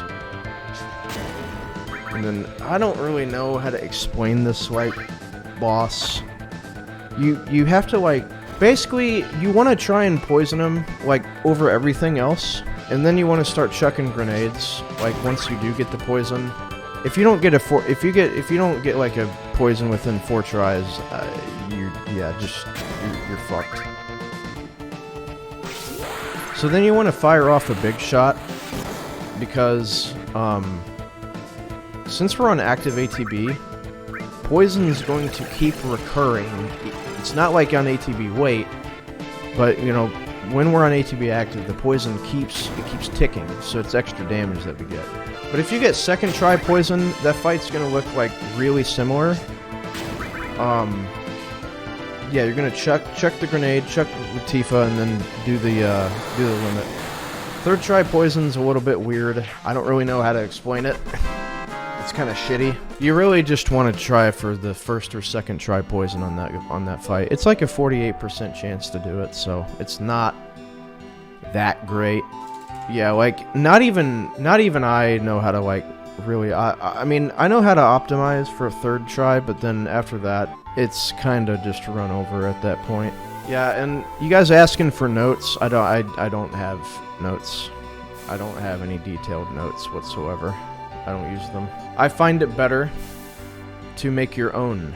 Do I have homework for you guys? Yeah, you gotta get sub 710 right after watching this video. If you don't get sub 710, you are the weakest link. Then select bottom option for that. Oh yeah, for CPR, you want to do a total of 45 breaths. Yeah, probably I didn't touch on that. God damn it, keep getting distracted by stuff. So, yeah, so the CPR game, you want to do 45 breaths in total.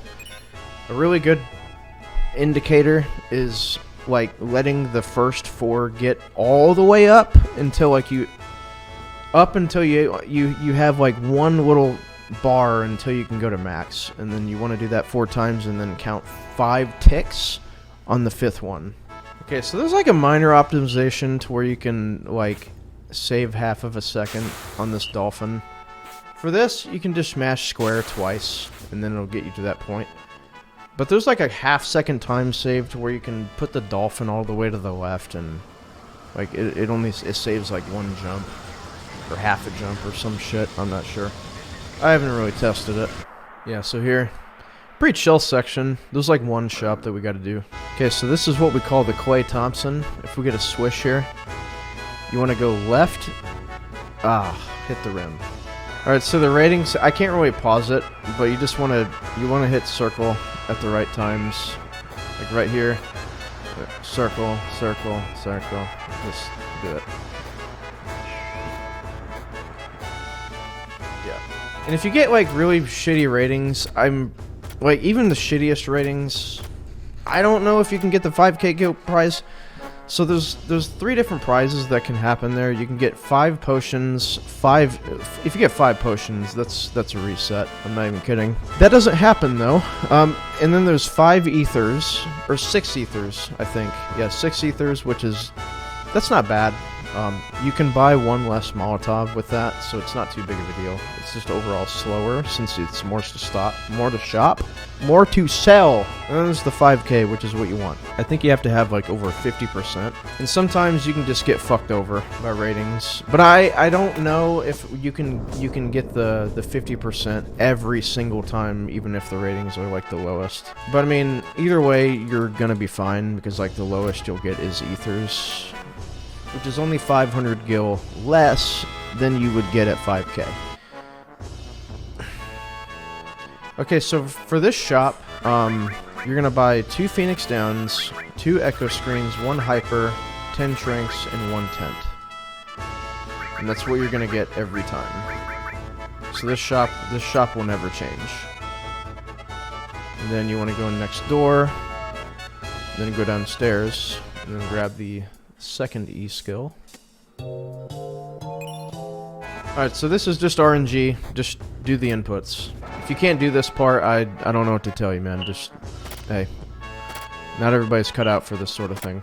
And then once you get like 100, you're safe to just go into neutral position. You're not gonna lose ratings. And like it's entirely random with how many inputs he does. Yeah, I think it's 100 is the minimum you need for Force Stealer. The other you definitely need Force Stealer.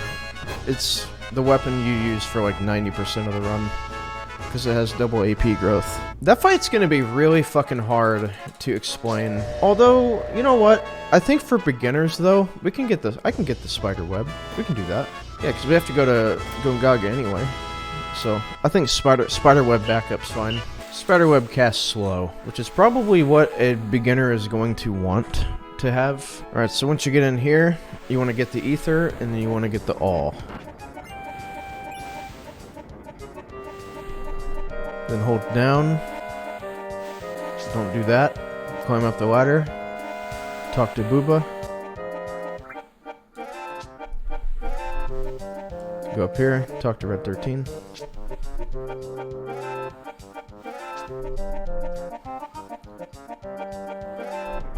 Go back down. Talk to this person. Talk to her twice, because like you skipped talking to her the first time. And then once you do all the cues that you need to do, you gotta talk to her twice, and then that will remove this guy. And then just go over here and hold right. And then there's one pretty crucial menu that you need to do here. 1, for better output damage, and 2, we need to accumulate a lot of Bravers so we can get cross slash for the run later. So you want Tifa and then red. Ordering doesn't really matter, but that's what I do. So for this menu, you want Hyper on Cloud, Trank, Tifa, and red. Do not Trank Cloud at this point, because you don't have any more Furies, and yeah, it's just awful if you do that. Because you need Fury, because you want to have optimal limits. So then you do this. You put Shiva on Cloud, because what that ends up doing is lowering his max HP, so he's guaranteed to get a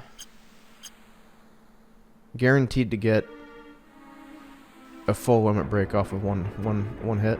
So if you're on step count, you gotta force a fight here, and then I'll show you exactly what to do after this. There's a couple different methods based on your step count method, but this is mine. Okay, so then you're gonna run down here, and then when you get in this door, you kind of want to hug that corner and not waste any movement. You want to run left, right, and then just walk up. Again, if you're not using step count, just ignore all that shit.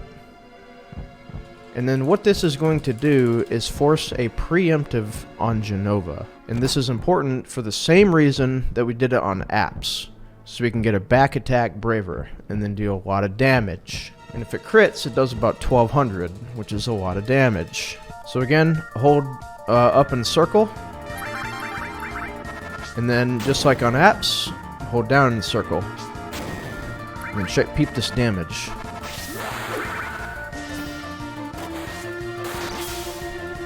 A lot of damage. And this is kind of one of those fights. You just hold circle. And then hope for W-Laser on Cloud. And then he doesn't fucking focus one character. So, very likely to do a double tail laser here. Yep, she does. So then I'll be getting another limit. So, in total we need 8 Okay, good. Finally. So this will be the 5th one, which it should have been the 6th.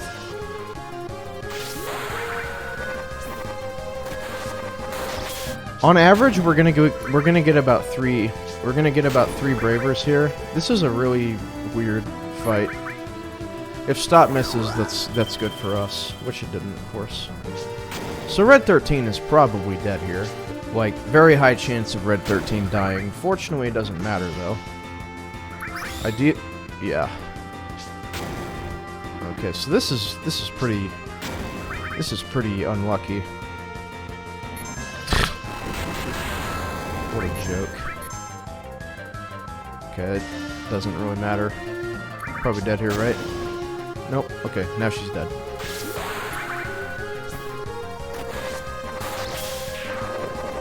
So, very weird. Very, very weird fight. Red 13 dying on old routes mattered there, but it doesn't here. So, that's nice, at least. So, pick the second option here. It'll save about 6 seconds if you do. So that's a pretty easy fight, but RNG, like, kind of can take into play. RNG can kind of fuck you there. Like, I've had 3 W lasers on Cloud in a row before, and that was just annoying. And then he died, and then that really sucks for the route because you don't really want anybody to be missing out on EXP. Fortunately, you do have Cure, so you can. That's your oh shit button. Yeah, just use Bravers whenever you can, and you want to get about 3 of them. Sometimes you get about 4. You know, it just kind of depends. But once you have a Braver, spam it, because you need 8 in total for cross slash. And then if you're running this game, you can kind of do this funny thing where you can look at the red guy in the helipad, and then he'll like magically disappear for some reason. That's funny. If you pay attention on the guy on the helipad, he just like flies the fuck off. Yay! Okay, then go over here, go in the little thing. And there's 3 items that you want to grab all of them: power source, the motor drive, and the fire ring.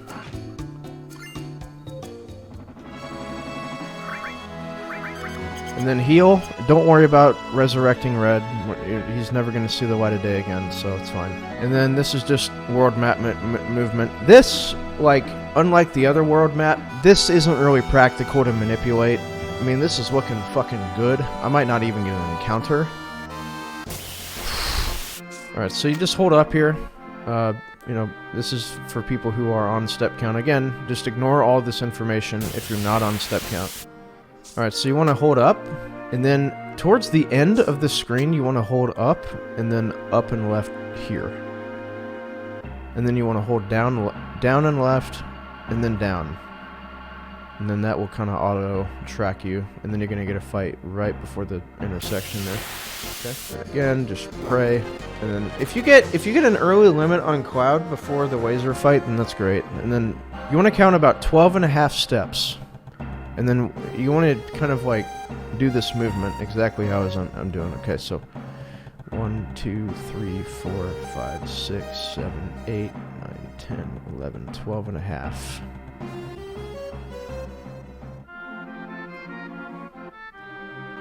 So then just keep holding right. And again, if you're not doing step count, don't worry about it. Just ignore all that shit. And then hold L1 here. L1. And then that will auto track you. And then on this screen, down and right. Okay. And then hold left here. And then just smash. And then after you get out, up and right. And then hold left. Now, sometimes like you'll be a little bit further ahead. The important part of this step route is the fact that you want an encounter to happen on this screen, because you have to force one. If you're too far ahead, you're gonna have to force it, and that's just way too important. So, if like you're really far ahead, you're gonna have to wait there anyway. So then just continue to hold left here. Now this is kind of tricky. This part right here, like taking this corner, so I'm gonna get to the bottom of the intersection there, and you really don't want to waste too many steps here. And this intersection has killed a lot of runs of mine, but this is how I'm gonna do it. Okay, so that wasn't too bad. You can optimize that a bit more, but it's dangerous, because like step count's pretty tight at this point, like really tight. And then we're gonna take 6 here. Okay. 1, 2, 3, 4, 5, 6, and then just hold down and right, and then down, and then after this rock, down and right again. Okay. Now there's a fight that we can skip, and I'm gonna go for it.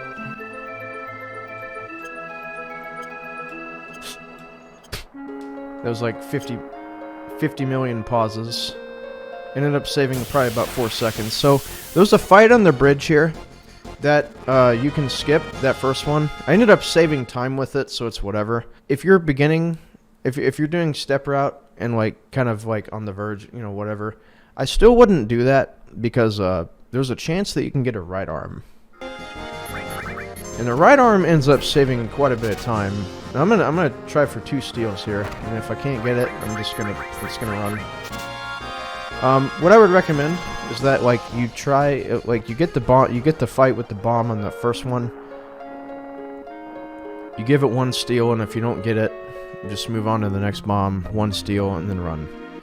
You can get an item called the right arm, and what the right arm does is deals a shitload of damage, and you have to fight Dyne eventually. And if you throw that at Dyne, it saves about 30 seconds. And if you want to sit there and like try and steal for it, you just have to keep in mind that each steal that fails, it ends up like wasting about 3 seconds. So it doesn't really take long until you until it starts losing value. Okay, so for this menu, white cape, motor drive, ether. Then 25 mollies. Easy. Up and left. Isn't right arm better for Demon's Gate? No.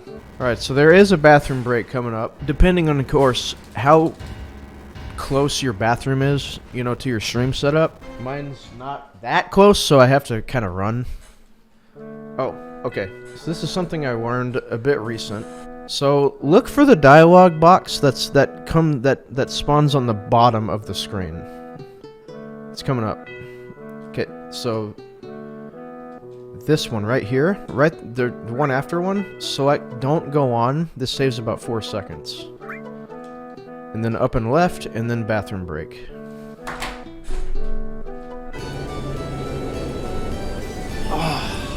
And while this pass is 3,000 gold, gil, yeah, you don't need any more money at this point. Yeah, this part of the run is a bit tight as far as step route goes. You really don't have a whole lot of lenience, so you gotta be like not fucking around with your shit. So rename to K. I do anyway. How long is the YouTube video gonna be? As long as it needs to be. That's right, longer than you can afford, pal. So then go immediately to the battle square.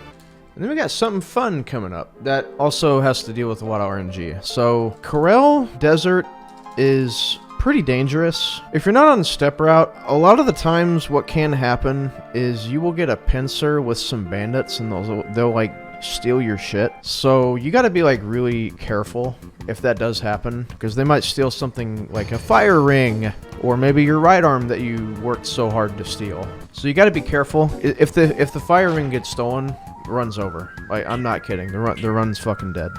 Just don't even bother. But yeah, I mean, the steps are really tight at this point, so you really can't be like messing around with your movement too much. This requires a lot of practice. Just the overall movement in this area.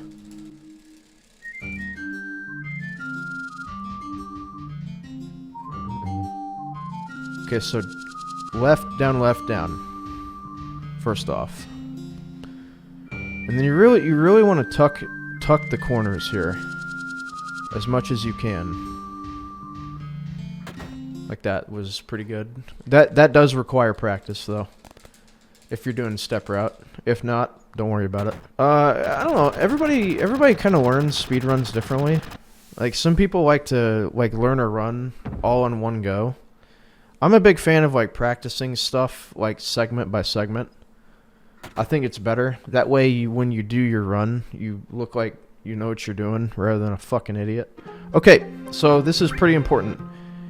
Tifa for Kate Sith. Okay. Then go down. And this is pretty tight movement. Okay. So this is the Monka. This is the Monka right here. You're favored to get away from this fight fairly quick, but if it doesn't happen, the thief can come and steal your shit. Okay, so at this point, you want to take about 1 to 2 steps after running a little bit. So I'm going to run a little bit and then take like 1 to 2 steps. So 1, 2, okay, that's good. And then ATB Wait to config, arrange, type, trank both Kate Sith and Barret. And then go to Materia, I equip all top 3, and then go, E skill is always going to be here, and then I hit R1, E skill, restore. That way I'll get all my shit. And then put the fire ring on Kate Sith, and then put him back. And then just run. Again, like your movement's gotta be pretty good here.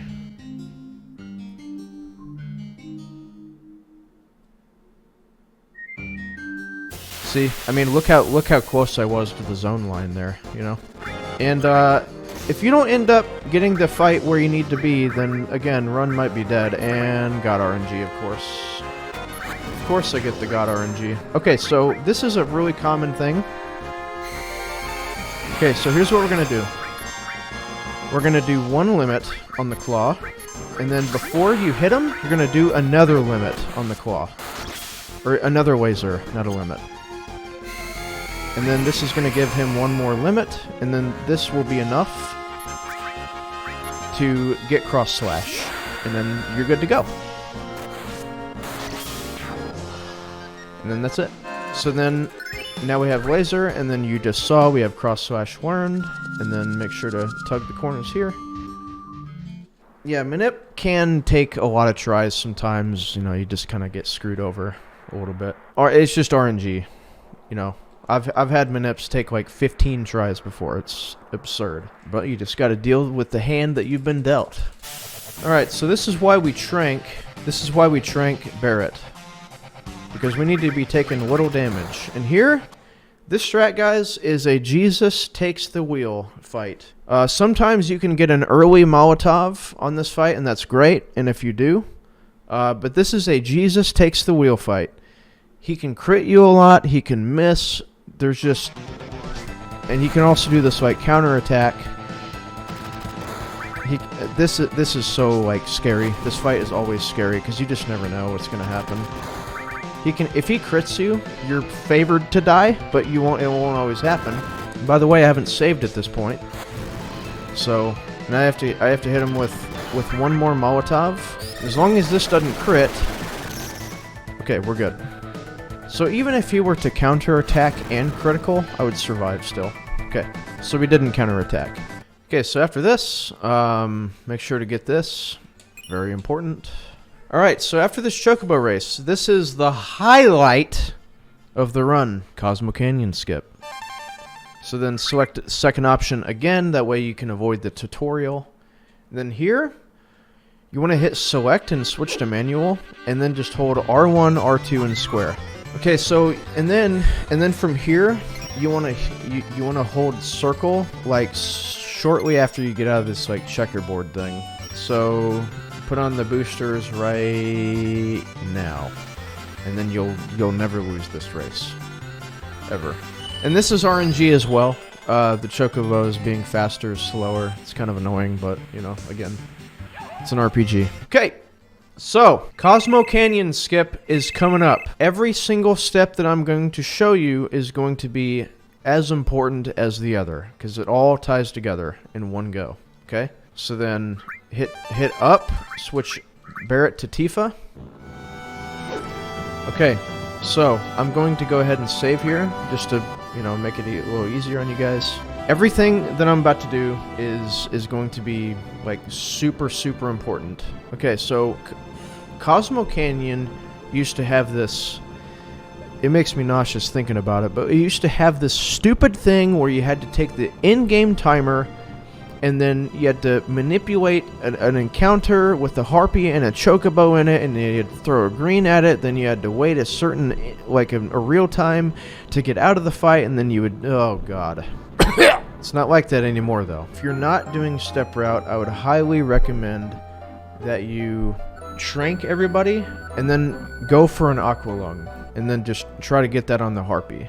Yeah, those were dark times. Okay, but recently, with Kuma, Ace Zephyr, he's in the chat right now, and a couple others, they ended up finding a setup, a way to just say, fuck all that, don't matter. But you can only move in cardinal directions. If you incorporate a diagonal in the setup, it will not work. So only move left, down, up, and right, and I'm dead serious. So we're going to go down. By the way, to skip encounters, because the buggy performs... You can reset your encounter rate by getting out of the buggy and then getting back into it. So you're going to see me do that. You're going to see me do that. That won't fuck with the positioning or anything like that, okay? So this is where you need to pay attention. Okay, so I'm going to go down, down one more, and then down one more. And this is perfect. This is the exact position that you want to be. The visual cue is kind of like that little marker on the left there. You can kind of see it, but it'll auto set up like as long as like you know, just move down from here. Oh, if you miss this position, enter and exit gold saucer. Step count is not live there. Yeah, well, I was gonna say you can enter like the desert. You can enter the desert. And it only puts you like a step away from it, but like you're not gonna. Yeah, if you fuck up, I would just go the desert route and then try again, or just save. So again, like this is where this is the exact position you want to be, and then remember, only hit left, down, up, or right. Do not hit any diagonals; it will fuck it up. So then we're just gonna do this, and then yeah, I mean you can be careful with your movement. I always am. Because it's very precise, and then you just skip encounters like this, and like this is a good example. Like if you think that you're gonna be on an edge somewhere, and the game is gonna move you in a position, don't let that edge, don't hit the edge. Okay, so then at this point you're gonna get out, and they're gonna run along this beach, and then try to you want a beach plug now. This is really important. This is super important. When you get into... I can keep this going, actually. When you get into this encounter, you're either going to get a 3 beach plug fight or a 4 beach plug fight. This is pretty important, because if you followed the EXP route up to, like, the exact point, Cloud is going to be either level 12 or level 13 after this fight. And this is really important to know, because that is going to affect your stats for Materia Keeper and like what you're going to equip. So I know that I'm going to be level 12 after this fight because it's a 3 beach plug encounter. So yeah, you just kind of do like old school stuff and then try to manipulate the encounter. Of course I get first try because why not? So then Midgar, and then boom. So, well, I mean, and I can prove this to you. Just watch this EXP. Like, he's gonna be just shy of level. Oh, like, look at that. So close. Alright, so then Midgar, got that. Okay, so then get back in the buggy. Okay. And then make sure to stay away from the edges, like I said before. Like, even if you feel like, oh, I'm kind of close to an edge, like, just move away from it. Okay, so I'm gonna save here, actually, to show you, like, what this is all about. Because I know that like this won't fail because I haven't hit any cardinal directions. Okay, so the position that you need to be in, like, and I know this is gonna work, and like based on where you are vertically, it's gonna look a little bit different. You kind of want to line up, like there's that little bottom edge, like where the that V is, and that needs to line up with the second wheel on the buggy, and I can do this because I'm only moving in cardinal directions, right? Like that's not good. This is good. Okay. Okay. So let's say if I was a little bit further down, which I do recommend that you guys do. Like I said, notice how that bottom portion kind of like lines up with that second wheel. That's really what you want to be doing, okay? So then, once you get that position, you want to go up, and then right here, one more. Okay? Now, depending on like the monitor, you guys can probably see it because the game feed's super crispy. But there's like a little portion of the upper left-hand, like where that buggy is. You can kind of see a little bit of that like ground, of the little bit of the brown spot. And if you see that, like I know for a fact that this is good. From here, you just hit left and up, like 1 pixel each. Okay, and then boom. And then this is literally it. All you do from here is get out of the buggy and then get back in.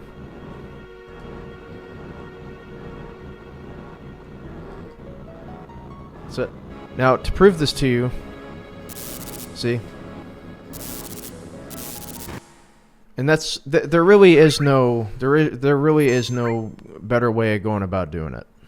There is no backup strat other than like even some top runners are like saving before they do this skip. I can't really blame them. You know, it's easy, but it's also like pretty scary. So again, see. So if you go up like too far, just go down. Just rewind it up. Okay. So I know I'm good here. Okay. Easy. Easy. How many seconds does a save kill? Well, like 13. But I mean, the skip saves like 12, 13 minutes, you know? So, okay. So before we, I'm gonna save here. But the menu that you're going to do is you're gonna go active, shrink cloud, and then heal. Everybody. And this is something that you're gonna be doing every time. Now, I'm gonna save here because like there's a lot of different things that Materia Keeper can kind of be yikers. A little bit. So again, this is step count still. Gotta make sure to be on our stuff. So remember how I told you that like knowing if you're level 12 or level 13 is important? Well, here's where it's gonna take into account. Okay, so we're gonna walk 13 steps if you're doing step count. If not, just ignore this. 2, 3, 4, 5, 6, 7, 8, 9, 10, 11, 12, 13.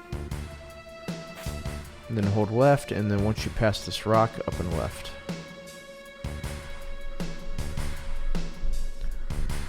So it would make sense to save like before Materia Keeper, but it's way too out of the way to demonstrate this, the full step route.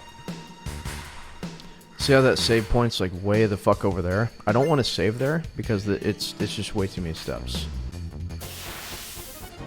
So this is a dragon. This is quite scary. What I recommend is just you have everybody defend. Yikes. Okay, so the menu here is a little complicated. You want to put it back to wait. Reset the limit on Tifa, and then this is where the level 12, level 13 thing on Cloud really comes into play. Okay, so your status. Okay, so for this fight, Tifa's strength and Cloud's magic stat are the ones that matter. You want Tifa to have 22 strength at this point. If she's too low, you can always use the power source, but right now she's at that sweet spot. Okay? So then Cloud's magic is at 36. which means that if I unequip the Force Stealer, that's going to reduce 6 magic, because what I'm going to do is put the Buster Sword on him, and then that's going to make his magic be 30 flat. So now he's got 30 magic, okay? This is really important, because if he was going to be level 13, because what we want here is 31 magic with Cloud and 22 strength with Tifa. And, oh yeah, I need to split there, don't I?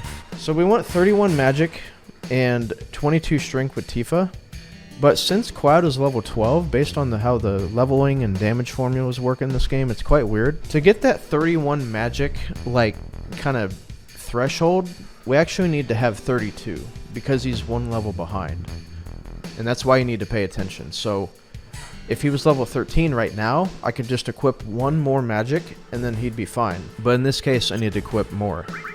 He can sometimes be, like, really, really far behind on magic stat. And, that's kind of yikers. So you might need to, like, resort to equipping summons and stuff like that. If Tifa's really high on strength, if she was like at 25, for example, sometimes, she needs 3 pieces of magic, like Bolt, Fire, and Ice. And that will be perfect. But, you know, sometimes, like, your stats can just get overly fucked. Right, so this is good for the most part. So again, like, I need 2 more pieces of magic on. So what I'm going to do is Lightning and Fire, and then that's going to get him to 32, which is where I want him to be. Tifa's fine, so I'm not going to do anything to her. So, like I said before, 32, 22. That's really what you want. And then we go over here, we do a range, restore all, and then E-skill, E-skill. So Tifa gets an E-skill, Kate Sith gets an E-skill. And then he's where I want him to be. And then heal. And then go into the fight. Now this fight is complicated. If he starts with Shrine, I'll be very disappointed. Okay, so Tifa starts with Big Guard. Every time. Never Kate Sith. Never Kate Sith. Okay? And then, nice crit. So then, you want to start with Mini on Cloud. Okay? And then while that's happening, Bio. Good. It hit. Okay. So, this is how this is going to work. Based on his values, the rolls of poison that I'm going to see are going to be 69 to 73. And then Tifa, with her strength stat, she's going to be hitting for like 25, 26 or so.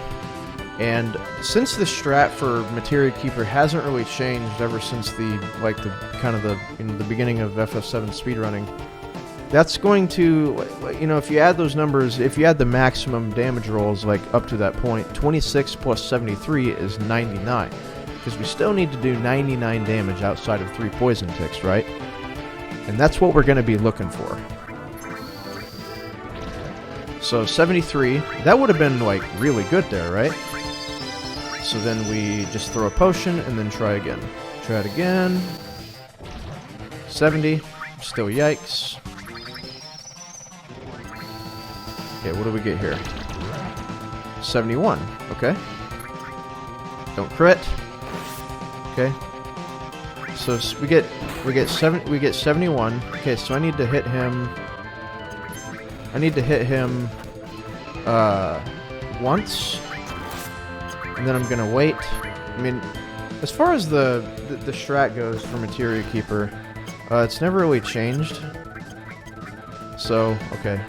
Is that gonna kill her? God damn it. That's just... We're gonna redo that, because that's annoying. Very annoying, but we're gonna apply that same concept and do the same thing. So, now, the menus and stuff should be the same. So I'm gonna go very fast and show you how it looks in fast motion.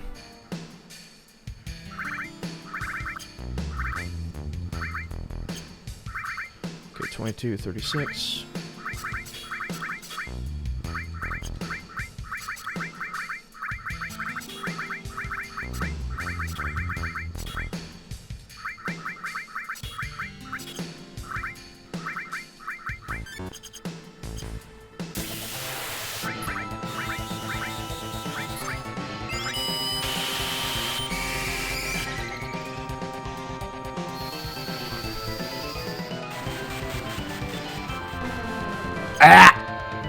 Oh yeah, it's very important to. I mean, you can, but it's really important to not. It's really important to like not start farming for your point. That's so stupid. It's really important to not start farming for poison until after you get all your shit. Until mini starts to until mini lands. I'm just gonna heal here because you can be a douchebag. What the fuck is this? Are you serious? Oh my god. Dude, relax. What the fuck are you doing? 69. Yikes. This is kind of bad.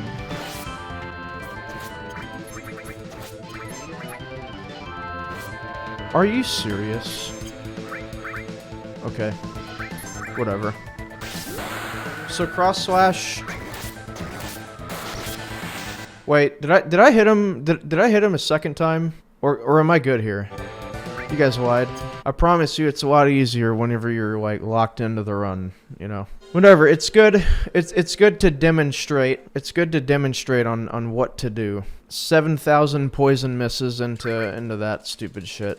So it's whatever. Anyway, you guys get the gist of it. Yeah, the entire idea of this fight is to deal 99 damage outside of 3 poison ticks, and on the third one, that's what kills him. So that's why it was doing what it was doing. This is the run. Oh my god. I'm never making a tutorial again. This is screwing me up so bad. Alright, during the fight, I'm just gonna close chat because they don't know what they're fucking talking about. I don't need to be paying attention to you guys during the MK fight.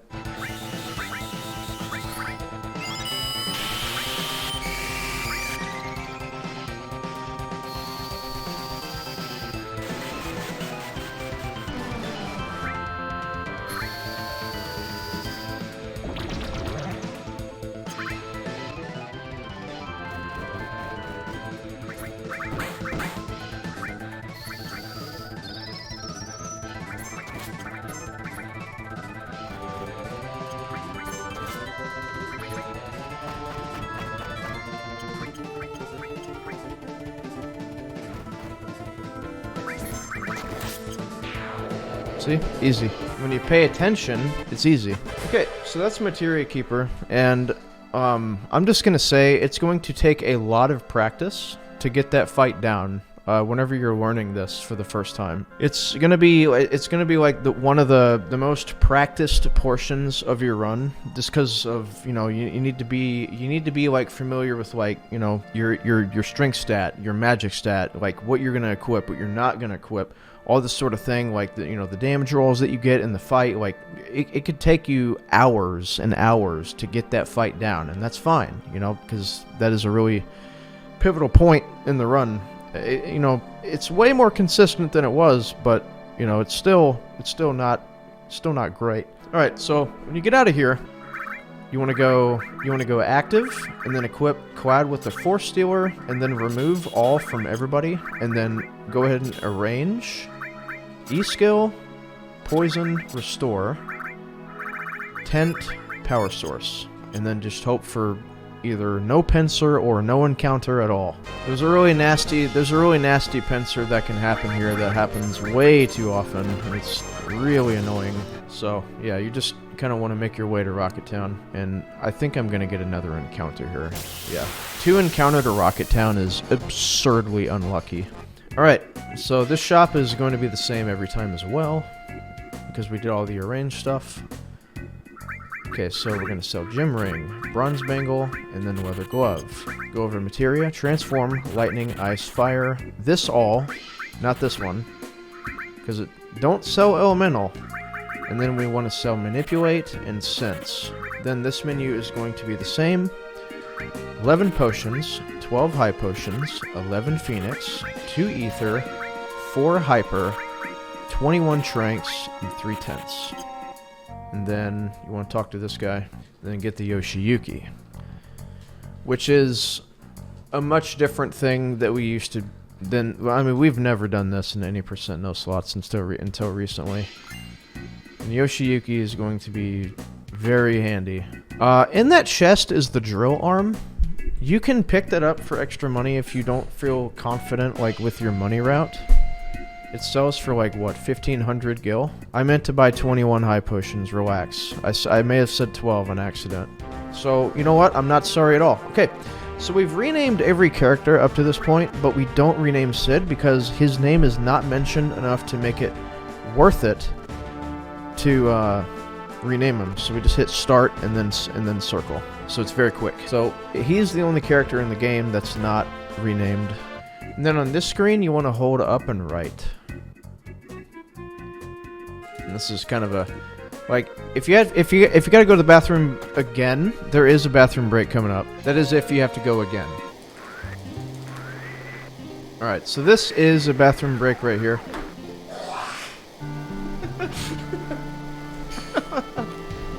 So there's a lot less. I mean, disc 1 is like the majority of the run anyway. But then disc 2 gets a lot simpler. Like, Demon's Gate is like the last hard boss fight, if I'm being honest. Okay, so Palmer is pretty simple. You just farm for poisons.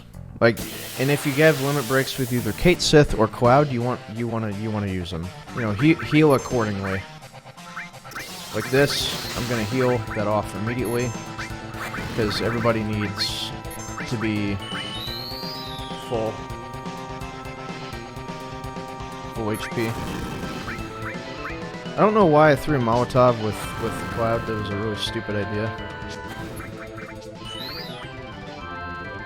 Wow, dude, enough. Okay, so once again, you really want this. You really want this poison to hit. You don't use Big Guard on this fight because of active ATB. Boom, that's it. And then throw Molotovs for the rest of the fight. Okay, so this is kind of cool. We can use dice. And then from here, you're kind of safe to YOLO because of dice.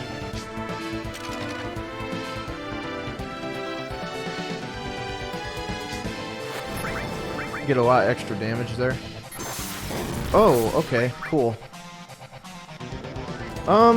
That will definitely affect the run a little bit. So if Tifa dies there like that, it's okay for the most part, but you are gonna have to be a little careful. It is only one level of EXP, so it's not like the worst thing ever, but it is pretty shit. Yeah, probably another set of bats is what we're gonna have to deal with, and that's okay. Because Tifa died on the Palmer fight, we are going to have to make up for that, and we are going to do so by killing an extra set of bats in Disc 2. Because we skipped Cosmo Canyon, we are losing out on a little bit of EXP. And to offset that, we need to kill a set of bats in Disc 2. And each set of bats gives about 3,100. And because she died, she's going to need to make up a little bit of EXP. And that's okay. We'll deal with that in Disc 2 when we get there. More times than not, you're going to need to sell, or you're going to need to buy more Molotovs. A good amount here would be about 11. At least you want at least 11. You don't need as much as you did in previous routes. This is a little bit it's a little bit different. So you get this little play thing. The options that you select aren't super important, but the fastest ones are 1, 2, and 2. And then this is an auto scroller. It's a quick bathroom break, or if you're a fatty like me, a quick eat break. Okay, so then here, you want to go straight to the Chocobo square, because that's where he ends up being. And then you kind of want to go around, like meet him halfway, and then just go back. Easy. Okay, so here... Oh, God. Yeah, Barret for Kate. Okay, you guys are distracting me now. Barret for Kate. Okay, So then go back out, and then we're gonna travel across the world map yet again. And then you pretty much just pray the entire time that you don't get too many encounters. Alright, so there is a nasty pincer that can happen before entering Gongaga to get Death Blow. It's a pincer with 6 frogs. Okay, so here for step route, we're gonna move a little bit and we're gonna walk 2 steps. And then that's it. Okay, so if you're not on step route and you're doing like strictly beginner, what I would recommend, and you don't have to do it of course, but you can, is there are enemies, the little grasshopper guys. You can steal a spider web from those enemies. And what you can do is use that on Demon's Gate, and it'll make him a million times easier. Of course, it's not as fast, but it's an option. How much time loss would it be to steal the web? Well, I don't really know. You might have to farm a couple encounters. So, you know, it could be maybe a minute or something. Okay. Okay, movement in the temple is also going to require some practice too if you're doing step route. Definitely.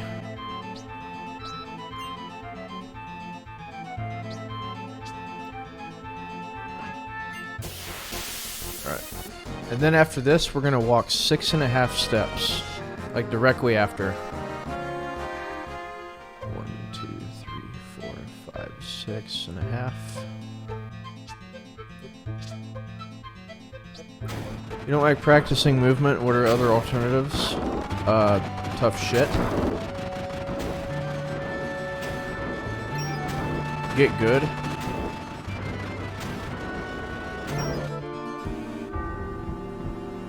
X fucking D.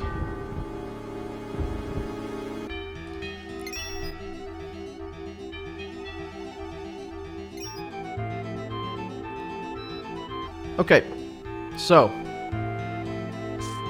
here we go. Red Dragon. Okay, so you gotta go in this door, and then this is the menu that you're gonna be doing. So arrange, type, and then heal, and then oops. Okay. That could be bad. We'll see. Okay, that'll be interesting. So then you want to hyper cloud, and then hyper cloud, and then shrink Kate, and then equip the Yoshiyuki. Discard these. Death Blow, Cover, Counterattack, Long Range, Ifrit, Elemental, and then swap to Aerith, Enemy Skill, and then ATB Wait. And then follow that direct path. And if you do this fight right, you'll literally never have to save, just because it goes so well, like every single time. The next fight though is probably the last hard fight in the game, which we're gonna go over it a couple times, depending. You know, I am gonna save prior to the fight, so we'll see. Okay, so here we want to cross slash immediately, because we have the limit, and then we want to start chucking Molotovs at Aerith to kill her as quickly as possible.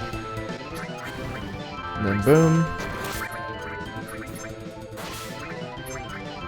Okay, so then with this fight, it can go a couple ways. The reason that we want Aerith dead, guys, is because Cloud has a weapon called the Yoshiyuki, and this weapon powers up based on how many characters are dead. So by killing Aerith, which we don't need her, we never will, Cloud's damage gets upped. There is a problem with this fight, though, is because Kate is immune to fire. If he starts attacking Kate like a bunch, then that's going to make it slow, because that will give less limit breaks and then less cross slash, less damage. And then this is another fight where your weight tricking really comes into play. And then, see, this is bad. See, you equip the cover on him, on Cloud anyway, to, oh my god. I don't think I've ever seen him miss this much. This is absurd. So then here, same stuff. And I'm gonna go ahead and heal Cloud because I know that, like, after this, my Big Shield Gardena... Did I just say... Big Shield Gardner. I meant Big Guard is gonna beat... Okay, I'm missing so much with Cloud here. This is kind of ridiculous. This is a really bad fight. This is a really, really bad fight.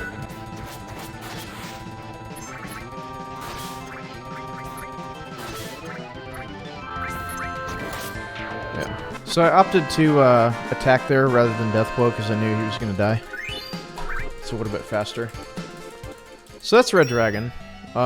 Very RNG heavy fight, if I'm being honest. Because he can just not attack Cloud. And then you can get a bunch of misses like I just did. And that's super bullshit. I think I missed like 6 times that entire fight, which should never happen. This run is very fragile. Yes, correct. It is fragile. Okay, so after this, I'm going to show you a couple things that you can do.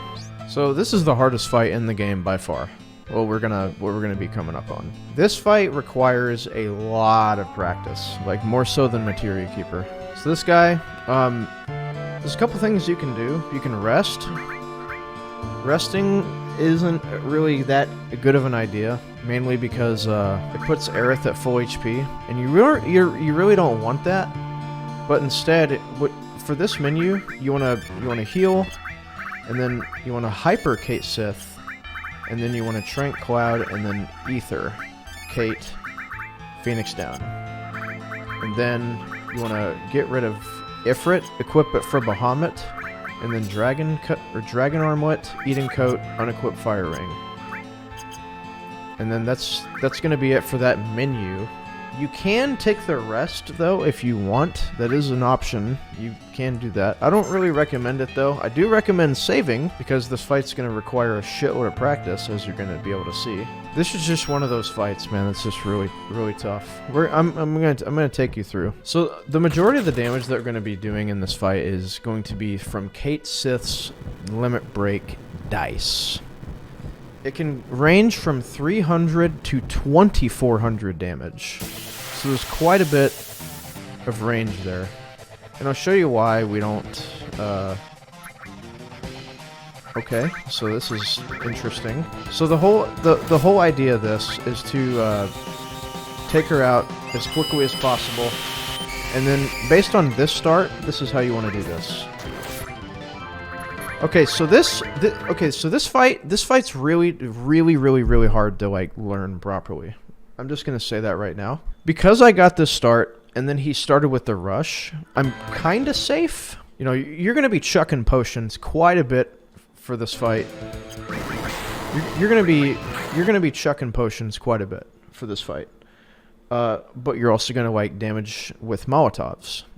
Never are you going to throw a Molotov with Cloud, ever.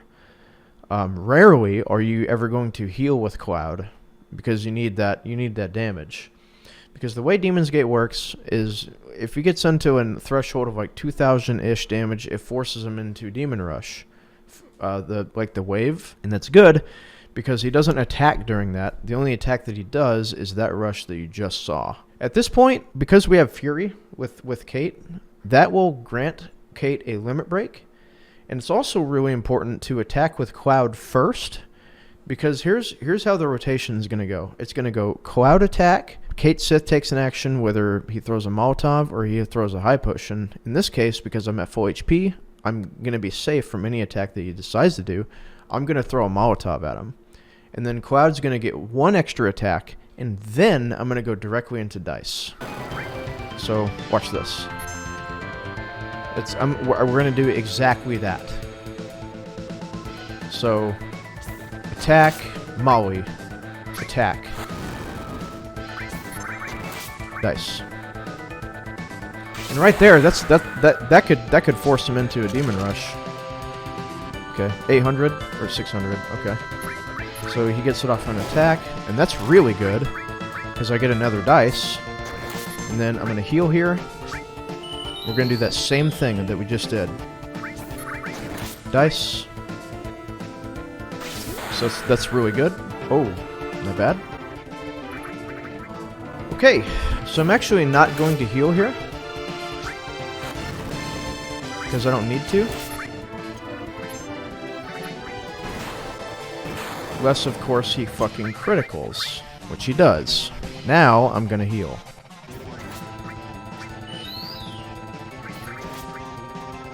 This is why this fight's quite scary. And that's a decent roll.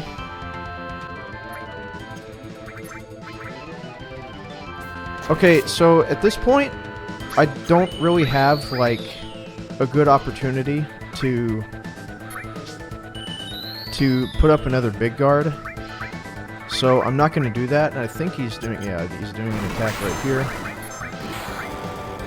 So at this point, I'm not gonna heal the rest of the fight, because I know that I have the fight in the bag. So I'm gonna get a double limit off here. So at this point, we have 100% success rate of winning, because this is gonna force him into Demon Rush, and then I can throw mollies and just kill him.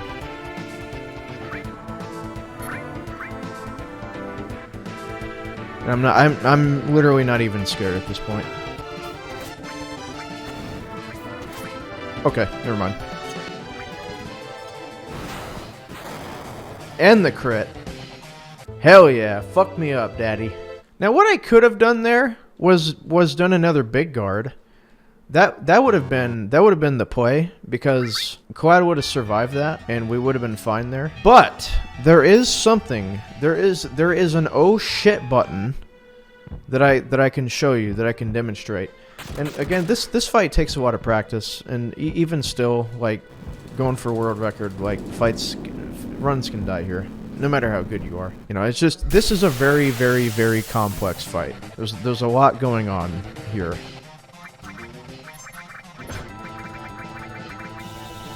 Now this is the ideal start. This is pod racing. You don't need a PhD to run this game, okay? Okay, yeah you do. Okay, and then pray. And then just pray. Ooh, that was a goodie. That was a goodie, innit? That was a goodie. So then, same thing we did before. And we're probably gonna take a heal here. Yeah, we're gonna take a heal for sure. Actually, so this is risky. I don't think I will. Because if I heal here, see, the issue with healing is that, like, it's less damage that I have to spare to force him into Demon Rush. And then I can preserve Big Guard for next turn. Yeah, see, I don't know if that's going to work. Okay, it will. So now I'm going to heal. I'm going to heal here now. Bullshit, bullshit, bullshit, bullshit. Okay. Now I know for a fact that I win this one. Because I got the counterattack. And then check this out. This dice is gonna blow him up. It's gonna blow him up. Now, we have an oh shit button. This is the oh shit button. If you feel like, oh fuck, you know, check this out. Now this loses 25 seconds, but it can win you the fight. We do Bahamut, and this is a lot of damage. This does 1,500. And I'm pretty sure this is going to kill him. If not, I'd be very surprised. Oh shit. Okay, so there you go. That's Demon's Gate, hardest fight in the game, bar none. Yeah, that's by far the hardest fight in the game. And there's a lot of different ways that you can go about doing it. It requires a lot of practice, a lot of diligence, and very good skill of weight tricking as well. So yeah, it's really tough. All right, so next up, we're going to be going out here. There's an X potion in this chest. I don't grab it. You can if you like. If you're new to the run, you definitely can. All right, so then this menu right here. We're gonna swap Kate, or we're gonna swap Sid in the party. Then we're going to equip back the Force Stealer, and then remove. We're gonna put the enemy skill on Cloud, and then take Kate's, and then put on Bahamut, and then that's gonna be it. Because if you've noticed, and if you're familiar with like previous FF7 speedruns, you know, usually you take Tifa into the fight with Demon's Gate, and, you know, you have her do a lot of damage. The problem with this route is that you can't do that because you don't have Death Sentence. So we're going to get that now. Hopefully, I get the proper formation in order to get Death Sentence. I'm pretty sure it's going to be okay, but based on the mistakes that I had to, that I made earlier, I might not get the specific fight I need for it. I'm not sure. Okay, so I'm gonna go over something that is pretty important, because you do need a limit for the next fight. Okay, so Cloud's limit right now is super important. Let's say if it was like low as hell, you would have the other hyper that I accidentally used earlier. I was like, oh, you know, crap, I used the other hyper. You would use that like after you get the Lunar Harp. But if you don't have them, this guy sells. This guy sells hypers that you can get, or you might need. And this is pretty simple. It's always right here. But in this case, that's another thing too, is that, like, you know, your limit is always going to be different after Demon's Gate. Every time. It's never going to be the same. So you might need to do like different strats or whatever. So this is the point where you would put the hyper on Cloud to have him farm the limit. There's another thing that I recently discovered too that would help with that. Granted that I do get the fight that I mean to get. Okay, so this is the water ring, pretty important. Okay, if you're on step route, it's important to get this fight here.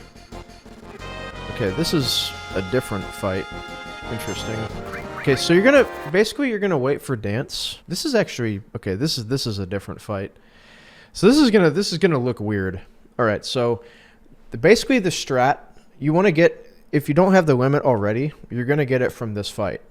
Okay, and you're pretty much waiting to get it at this point, because you're gonna cast Bahamut. And the way this enemy works is that, like, if you kill him with magic, E skills don't count, so you can't use like Aqualung or something like that. But if you kill him with like magic, like summons or whatever, he will do a final attack, and that final attack is Death Sentence.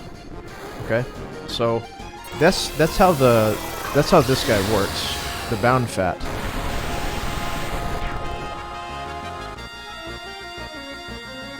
So he's going to cast Death Sentence 3 times on Cloud, and that's very slow. Normally, it would only be 3 seahorses, and then it would normally be 3 seahorse, 1 Bound Fat. But then he's going to cast it 3 times, and this is actually interesting because it's going to give me more EXP than I would normally have. Let's see how much more EXP. That's quite a bit. Is that going to give me 2 levels on Tifa? Oh! I get Dazers out of it. That's interesting. 2, 3, 4, 5, 6, 7, 8, 9, 10, 11, 12, 13, 14, 15, 16, 17, 18. Again, if you're not doing step route, just ignore that. Just ignore that entirely. And just run. Now, if you're not doing step route, that encounter will happen more times than not. It's a very common encounter where you're going to get the Bound Fat in the fight there. Okay, so what I'm gonna do coming up is something called Shell Hut Skip. You want to be really careful whenever you're doing this trick.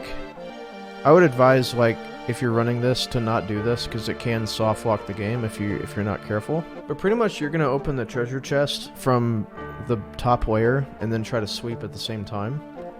And there's a couple different setups, but this is mine. This is a fast setup. And, like, I just hit down here and then I hit right and then mash. So then I menu here, and that makes this enemy skill appear, and then I start doing my menus. Okay, Water Ring, Gigas, Power Wrist, Arrange, Deathware Steel, Counter Attack, blah blah blah. Oops, I fucked up.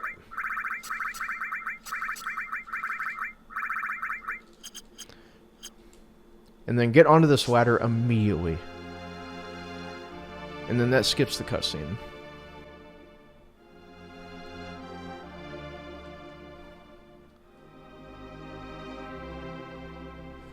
What causes the game to soft lock there? If you don't get on the ladder fast enough, you'll just like not, yeah, you'll get blocked by Sid and Tifa, and they'll just be like sitting there, like just standing there, and you can't get past them. And then this is an interesting way to grab Comet, even though it's on the top layer. You can grab it from down here. It saves a little time. So this is the famous fight. If we get Aqualunged, I have a backup strat. If we don't, that's also cool. We're probably going to get Aqualung, though. I mean, I imagine. You can save there, but it's literally not needed because the only way that you can die is if you don't have Water Ring equipped. And the only attacks that Jenova Life does is water-based. So as long as you have the Water Ring equipped on somebody, you can't die. So saving is kind of not necessary. Okay, so now if she opens with Aqualung, I'll have to show you a backup strat. One of those backup strats is literally wait there and then wait for her to like just run out of MP. There's another one that's a little harder. If it doesn't happen though, it doesn't happen. But just take it from me. If she does Aqualung, the easiest backup strat is a 2.5 minute time loss, but you just wait for her to run out of MP. And then hopefully she... Pause. Okay. That's looking pretty pog. Don't do it again. Oh my. Well, that's interesting. I guess I can... Okay. I've never had this happen before. This is really what you want. But because I can, I'm gonna throw a Molotov. Because she's a stupid B word.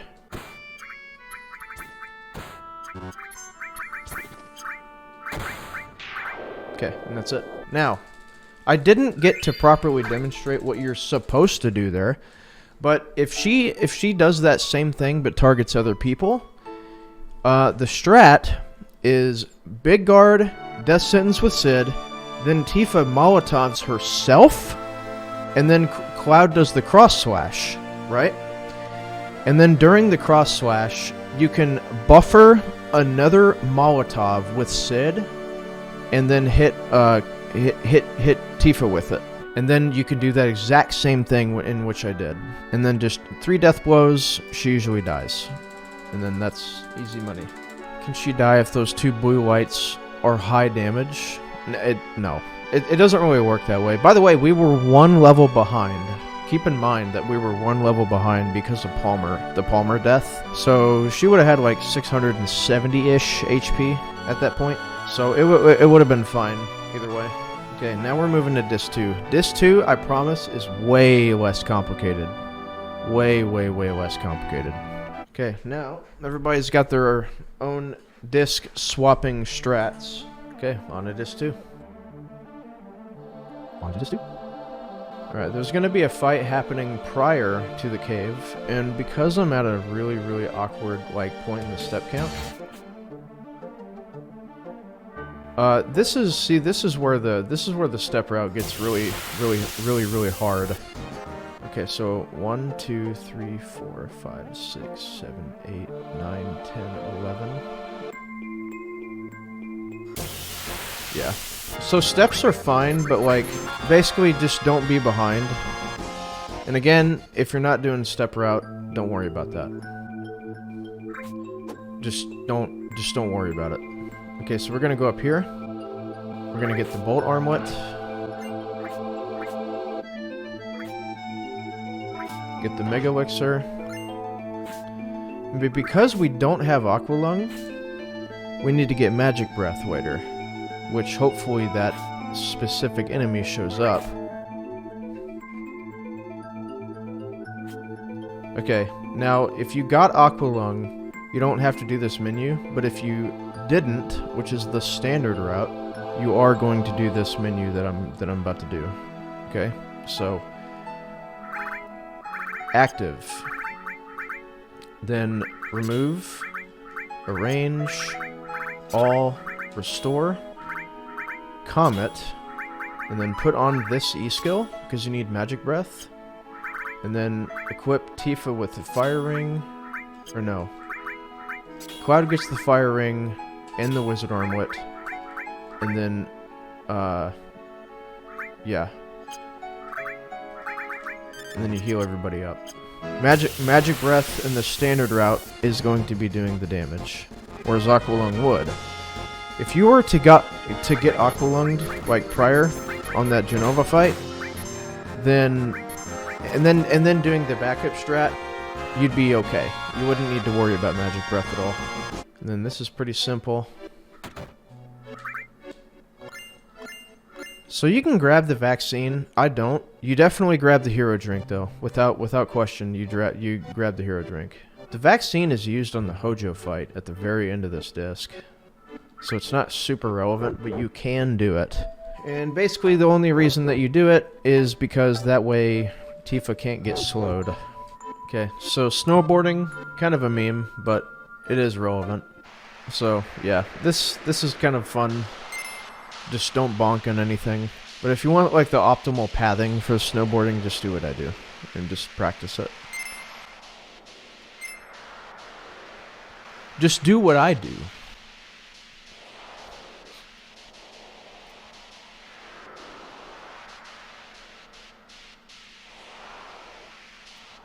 Yeah, I mean, you're pretty much holding up and then just trying not to bonk anything, right? So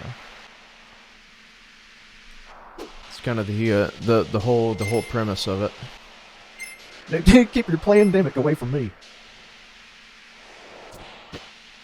That's just all it is, fucking political hype. Political hype, you know? That's all it is.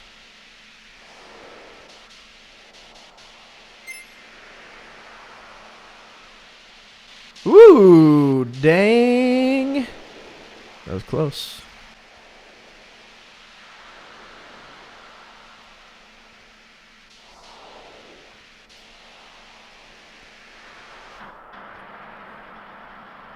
So these snowballs have kind of a weird hitbox. So Quad's never gone snowboarding in his life, and he's just able to shred. Okay, it was like perfect.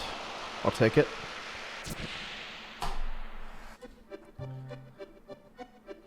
Alright, so you're pretty much just holding right this entire little, like, section. And that is so early getting that fight there. That's crazy. Okay, so when you get onto this screen, you want to go 1, 2, 3. But, like, watch where I let off. Like, 1, 2, 3. 1, 2, 3. Like, you want to let off as soon as Cloud's, like, foot hits the ground. It's kind of weird. And that like, step precision is really... It's just very precise. Because normally on this screen I would get a fight. Like right here, but I don't. Yeah, 1, 2, 3, got it.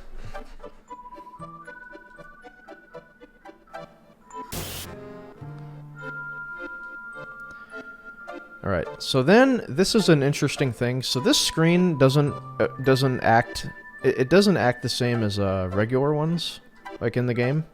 This screen actually acts like a world map. And I'm going to go over here on purpose, because what I'm able to do from here is like pretty much not get an encounter. So I'm going to go up a little bit, and if you follow this direct pathing, you likely won't get an encounter. Like, it's 90% to not get an encounter. Yeah, so that was pretty standard. You could YOLO it if you want. It's not very likely to work. This is a bit tricky. You can do this entire thing without, like, taking any extra, like, get warm steps. Yeah, your movement has to be really good, though. So I'm gonna end at like 27. Look, I mean, look how monka this is. One more degree and I would be sent back to the cabin. Alright, so I really want to get the Stilva enemy. And I really want the Stilva enemy because that will give me the enemy skill I need. So after this fight, we're going to take 9.5 steps. 1, 2, 3, 4, 5, 6, 7, 8, 9.5.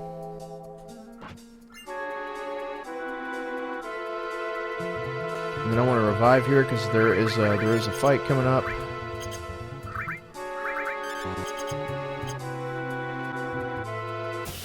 Hopefully this is the enemy I need. Nope. It might be on the next screen.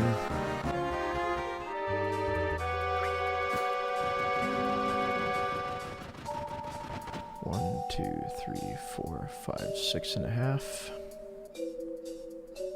So yeah, so 6.5 steps there as well. Hopefully I get my enemy that I need. Hopefully. Nope. Well, I don't have magic breath now. God damn it. I might be able to get it still. We'll see. The reason the Stilva isn't showing up is because I had to reset, and then that fucked with my enemy formations, so that's why it's not showing up. But on a normal run it would. But right now it's just being an asshole. Yeah, there's one more fight that I have an opportunity to get it. Hopefully it happens. God, I'm behind. Nope. Oddly enough, that's the same fight. What do I do here? Yeah, I'm not really sure what to do here. Normally you'd take 3 steps in that cave after that fight, but since I'm super far behind, I didn't. And again, like, if you're not doing step route, if you're not doing any of that bullshit, just don't pay attention. Don't pay attention to anything I'm saying. Yeah, I might need to. Okay, so equip. Dude, I don't. This menu's fucked. This menu's fucked up.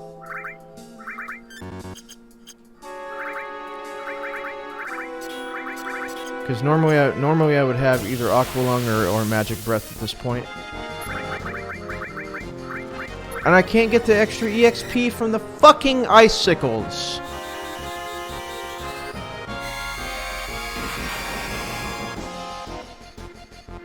Or I can't get the extra EXP from the bats.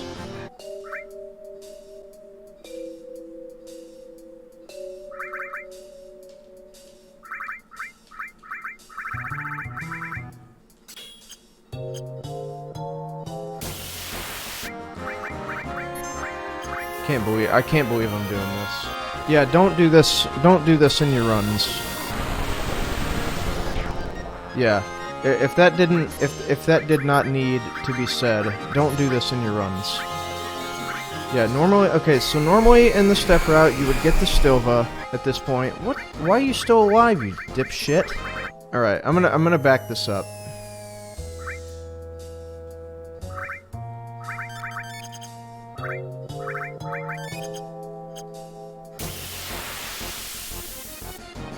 Since I need to do this again. No, I'm not giving up. I'm not giving up. Okay, we're gonna skip these 2 splits here. This is kind of screwed. Normally, you would only need to kill 1 set of bats, but Tifa died on Palmer, so I need to make up for that EXP. All right, so here, yeah, we're gonna mess up step count because I have to.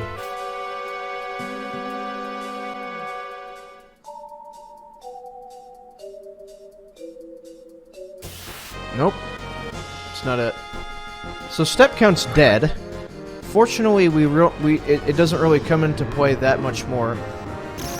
Like after this, step count's not really that prevalent. Well, once I get Magic Breath, we'll be all right. We'll be back in it. Game, stop being a stupid ass. Fucking finally, man. God damn. Okay, so then with this fight, this is what would normally show up in the step route. And a really good way to take this guy out is to equip Comet. And then just bop him. That way you can get the E-skill. Alright. Yay. Now, in the step route, what you would do after you get this chest is you would take 16 steps here. So 1, 2, 3, 4, 5, 6, 7, 8, 9, 10, 11, 12, 13, 14, 15, 16. That's what you would do there in the regular step route.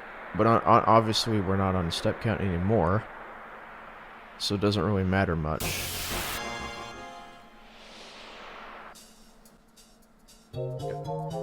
No, step count died like forever ago. You can't just like recover like step count that easily. Like there's a little bit of leeway in this route, but not much. Like it died forever ago. After the icicles, that's when it went to shit. Okay, so now like this screen's pretty easy to you know, just go up and up. If you have good movement, you can do this pretty safely. Okay, so that menu on the icicles would look like this. Except Sid would normally be dead, so you would Phoenix down him, and then get rid of Wizard Bracelet, get rid of Fire Ring, Gigas Armlet, Fire Ring, Fire Armlet, Ribbon.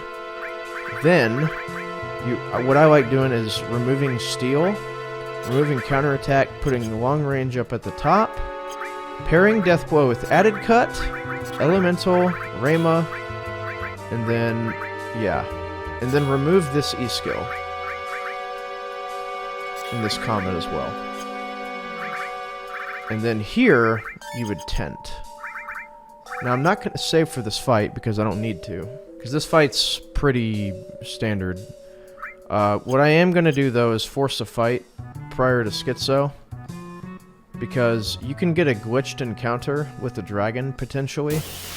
This is something good for non-step routers. Because if you get that, like, the run's actually dead. You just have no answer to the dragon. And it sucks.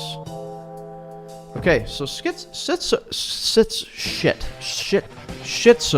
is pretty simple. You're going to start out every single fight with Big Guard, Hero Drink. Tifa's going to Hero Drink herself. So Big Guard like that. And then Tifa's going to Hero Drink herself like that. And then Death Sentence. So then Hero Drink. Youch. That's okay. And then you want to start off... Okay, so this is important. You want to target the right head first, which from his perspective it's going to be the left, because that's the only one that can that poses a threat, which is the one that's blowing ice at you, because you have the Fire Ring equipped and you have the Fire Armlet. So getting rid of the ice guy is the most important one. And also, Cloud took a beating there, so I'm going to go ahead and heal him.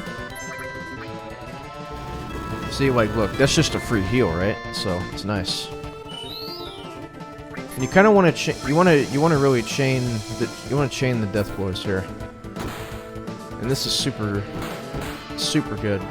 Now, the way this boss functions is that for every 5 times that you hit him, he does a counterattack. Or is it 6? I think it's every 6 times.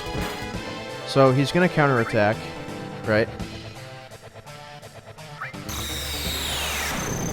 And then what I like to do here is just, well, in this case, I only need to heal Cloud. Now the deal is here, oh, 6, first hit is 6, second is 5, okay. So then, what I like to do here, in this case, I know that after a few more death blows, or a couple more, first head is going to die. Now what the first head does whenever he dies is he will counterattack with like this kamikaze thing, and it's lightning damage. Sid's going to get hit hard, but Tifa and Cloud are both going to get hit for like 220-ish damage. Now the whole setup of this fight is to make sure that Tifa gets, like, yellow health by the end of that. So you kind of want to see where you are as far as health goes. And in this case, what I'm going to do is actually throw a grenade at her. And this seems kind of counterproductive. Perfect. So then, this is a great setup. This is a really good setup. Now, she's going to be at yellow health. Perfect. Right? And then you can just kind of chain death blows. Ooh, baby. And then because I'm afraid... Okay, so... is Sid going to be alive? He might not be... This isn't going to heal him that much. Well, maybe. Ooh. Okay, I need her to hit. This is kind of a YOLO. Fuck. Oh, wait, no, we're good. We're good. Now, Sid's gonna probably die here. Oh, okay, he clutched it. Now, Tifa dying is completely okay. In fact, it's kind of what you want because it's ideal. It's ideal if she dies there. Because, you know, one, Schizo really doesn't yield that much EXP in the first place, and two, it's a really good setup for Jenova Death. And for here, you want to do active ATB, and then heal both of them up, and then you're good to go. That fight is really RNG because Tifa can just sit there and, like, whiff death blows all day, and it's incredibly annoying, and we might actually see big shoes because I'm not on step route. So at this point in the run, it's pretty chill. And if Sid dies there, it's not a big deal. He doesn't really need the EXP that much. So it's all good. Big shoes? Nope. Oddly enough, that's not the same fight. Tifa's just laying on the ground. Nice. Oh my god, what is that? So yeah, just to confirm with everybody, we are off step route because of a mistake I made, but it's fine. We can at least finish. There's not a whole lot to explain from here on out. Because the run kind of gets dumbed down quite a bit from here. You cannot get encounters on the screen. It's not a hostile screen. So don't worry about fights here. So just hold up here, and then a little tiny thing you can do to save time is you still have movement during that little section where it shows you not on screen. Okay. So then if you were on step route, you would normally get a fight about right here. And then you'd go up, and then this is like the last long section of wow. That's so annoying, dude. Okay, so here, if you were on step route, you would get a fight about right here. Then you'd walk 16 steps. So 1, 2, 3, 4, 5, 6, 7, 8, 10, 11, 12, 13, 14, 15, 16. Now, I mean, walking those steps doesn't really do anything, because I'm off step route, but I'm just showing you what it would look like if you were, right? So that's my thing. So then here, ATB Wait. Get Bay up. Wake up! Alright, this fight's super easy. This is a fight where Tifa literally cannot die. This is another fight where weight tricking is pretty important. Okay, so that is unfortunate. Okay, so we're gonna big guard and then have Tifa echo screen Cloud. And then he's gonna cast Death Sentence, and oddly enough, the echo screen crit. I didn't know items could crit. Oh, okay. What do we get here? Okay, so that fight is going to be big guard, death sentence, and then Tifa's going to... You just have Tifa throw out a death blow, just in case it hits.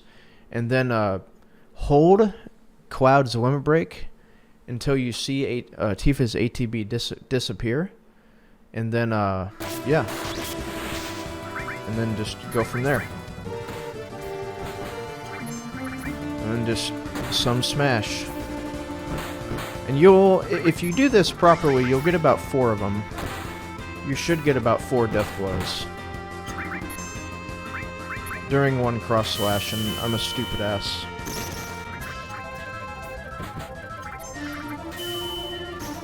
Yeah, I'm off my shit today. Yeah, the fact that I didn't get the second death blow is, or the 4th one is annoying. But whatever, it's easy. Alright, so cover leveled up, which is good. You want to have cover, like an important part of this run is to have covers equipped on Cloud's Force Stealer the entire time, pretty much. And what that does is it allows them to level up, and by the time you fight carry armor, you're going to have about 80% cover at least. And by the end game, after you defeat Diamond Weapon, you'll have 120% cover, which is super, super important. Like, really, really important. So grab this MP Turbo, very important. And then grab this Poison Ring. If this is a pincer, I'm gonna lose my fucking shit. Okay, good. This is still a really scary fight. Okay, anyway, grab the Poison Ring. And then after 3 waves, boom, hit forward. So after 3 of the green flashes, you're safe to go. And what I like to do is menu here, and then put on active. Because we're gonna be dealing with a lot of fights. And we got quite a bit of cutscenes to deal with coming up. So this is sleepy time. Okay, it's been a solid tutorial other than the magic breath shit, but we're over that. I'm over that. It's fine. So the way we undo this is you want to talk to you want to talk to Sephiroth and then talk to Tifa. And this is just Smash. This is a very mash heavy portion. This video will bring more new runners in. Well, nothing like this kind of exists for this game, you know? Like, I made one for the older route, but that's for the older route, and, you know, this is all, like, up-to-date strats, so yeah, I mean, it's great. I'm including, like, strats that that you can use if you want to be a good player, but also if you just kind of want to, like, you know, even if you don't do step count and all that shit, like, getting sub 8 with this route is pretty easy. Like, really, really easy. I mean, it might take a bit, but anybody could get under 8 hours with this very guide that I'm making. Even with all those fuck-ups, like, it's still very possible. I think the ideal thing, though, if you weren't gonna do step route, because it's not guaranteed to get a Stilva and the Gaia's Cliff, what I would do, I would just get an Aqua. I would get Aqualung in the desert, but you don't have to. I just don't know what kind of enemies are gonna show up in Gaia's Cliff if you don't do step route. Also, your movement could just be horrible, and you could get extra encounters, so it would not be super consistent. So here, this cutscene's gonna happen. It's ideal to move in the middle, so Cloud doesn't have to move as much. You do have time. Oh, by the way, that's a bathroom break. How long would it take for a new runner to get sub 720? I don't know if sub 720 can happen without step route. I'm not sure. I don't know, though. 4 months? 5 months? Step route up to this point has mattered quite a bit, but it's like the amount of encounters we're gonna get doesn't really, it's not too bad anymore. So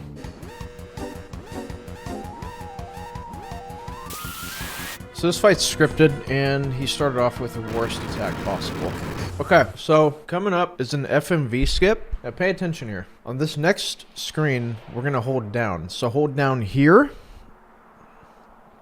And then once the camera pans up like halfway past this little thing, hold it down left.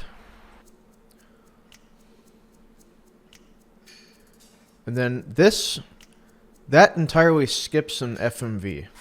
And that saves about 1.5 minutes, so it's pretty crucial. I couldn't really give you a visual cue because I couldn't like put the cursor on screen, but yeah. Okay, so this is pretty easy. You want to hit X twice. And then hit triangle twice, or once, and then triangle and X, same time, and then triangle and circle, same time. That's it. Alright, so here, I mean, it's pretty straightforward, like I said, you know, this is a really chill part. But to optimize this section right here, you just let her slap the shit out of you. just don't hit any buttons. There's stuff up here that is a common mistake for runners to make, so don't do it. And that is talking to Sid prior to talking to the pilot, and that costs a lot of time. Okay, so you're going to go down and talk to Red 13 first, and then talk to the pilot. Don't talk to Sid. That's 25-second time loss. Alright, so, here we go. Go up here, talk to the door. You have to do it in this order, or it won't work. Then go over here, find the key. It'll always be in the exact same spot every single time. Alright, so you can mash here, but there's a certain point where you want to stop mashing. And that's where you have to answer. Okay, so this text box, do not mash. You have to tell the truth, or the run dies. Reason being is because you don't get the curse ring. The curse ring, which is a required item for the run. Have to have it. Alright, so here. Yeah, sell the ring after you get it for... Yeah, don't do that. Sells for 1 GP. I mean, we need money, but not that bad. Okay, bolt armlet, power wrist, water ring, gold armlets. Okay, rocket punch, reflect, Yoshi, and enhance. And you want to buy 1 destruct and then 6 HP pluses. And then that will be perfect. And that's exactly what you need. Now, the thing is with the money route is because you're going to have different amounts of gil, because you may need to equip like different materia, like for materia keeper. And what that's going to do is make the materia that you equip sell for a lot more because of the AP growth. The idea there is you want anything over 4,000 gil, but anything under 4,400. So you want either 44,001 gil or 4,399. Like anything in between those values. That's what you want. So the 4,300 is great. Yeah, okay. So here I put the ATB on wait just in case like Sid gets a first turn, and then I put on the wizard armlet because if I have the fire armlet, it won't kill us. So here, this is gonna seem counterproductive, but what I'm gonna end up doing is forcing I'm gonna make a bunch of shit. I'm gonna make a bunch of stuff. 4 little tri-stoner things, and then I'm gonna destroy them, and then I'm gonna run out of money, and that's the entire point of needing the gil. Oh shit! Don't do that. Start the game first, and then just make 4 of these. You also might be asking, like, okay, so what if I have more than that 4,000 gil? What if I have 5,000 or something? That's fine. You still need that same threshold. Like, let's say you had 5,000. You'd need 5,001. Like, more than 5,001, but less than, 5,399. Same for 6, 7. Depends on how much money you have. So, if you don't have exactly, like, 4,000 gil or something, that's fine. You can just, I'm sure you'll find stuff to sell, and then at this point, you KO, and then that kind of speedruns. Fort Condor dies, but it's okay. Small price for salvation. No, 4,000 is the lowest you can go in with. So this is a pretty pog menu. Okay, so we're gonna do curse ring, ribbon, and then arrange 3 HP pluses, the E skill with all the stuff on it, and then Kate is gonna get that E skill, the one with magic breath alone. And then that summon wouldn't normally be on there, but we would boom, boom, boom, 3 HP pluses, then all restore MP Turbo Comet, okay? And that's all the menuing you're gonna do. 3 tranks, and then tent. And then ATB active. That's it. By the way, if anybody's curious what tranquilizers do, they reduce all damage done to you by 30%. But on the downside, they half limit break accumulation. So again, if you're on step route, you're not going to take any steps for this entire thing. We're, for the most part, done taking steps, quote. Yeah, this is really bad. I mean, more times than not, you're gonna have everybody in the back row for pretty much every, like, the entirety of the game. No. I mean, I lost Step Route a long time ago because of a mistake I did in Disc 1. But no. No. Step Route is still on. You're not, like, taking steps, like, anywhere on this railroad. Or in this part at all. Like, you don't have to go 1, 2, 3, 4. Like, you don't do that here. You do that later, but not here. Again, that's why Step Route is really important. Because that shit doesn't happen. Yeah, no, it really is not enjoyable to run this game without step count. It just sucks, because you don't have any control.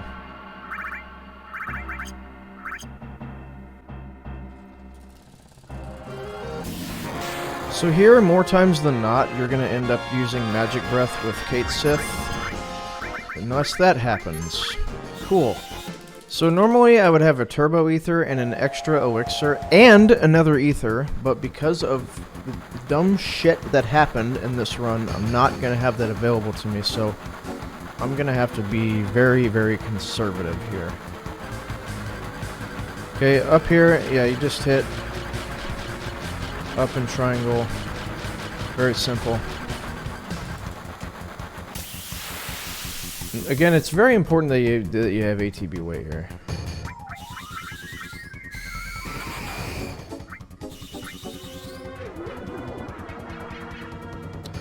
Really.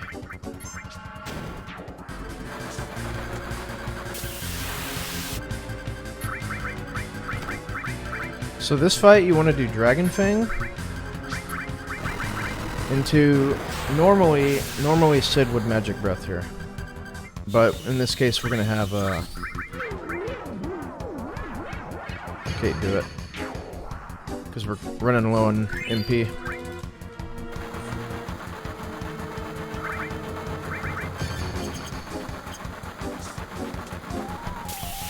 Inspiration for new food: chicken and rice. Chicken, yeah. Well, I mean, tough shit, you know. That's what all I gotta say. Tough shit, buddy.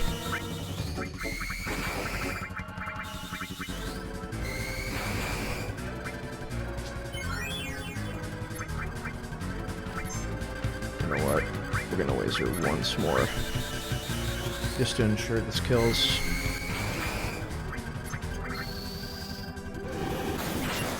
Yeah, that would have been yikes with no Molotovs. Okay, for this last fight, it's just 2 lasers, one with Sid, one with Red, and then Magic Breath, and then that's it.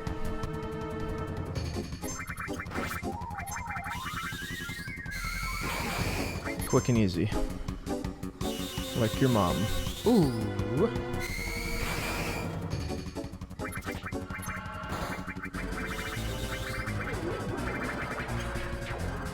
Alright, I am entirely unsure of what to do here. I need this last elixir. I like can't not have it. So I don't really know. I think I'm just gonna spam attack. This is not something that you would normally do in a run, guys, by the way.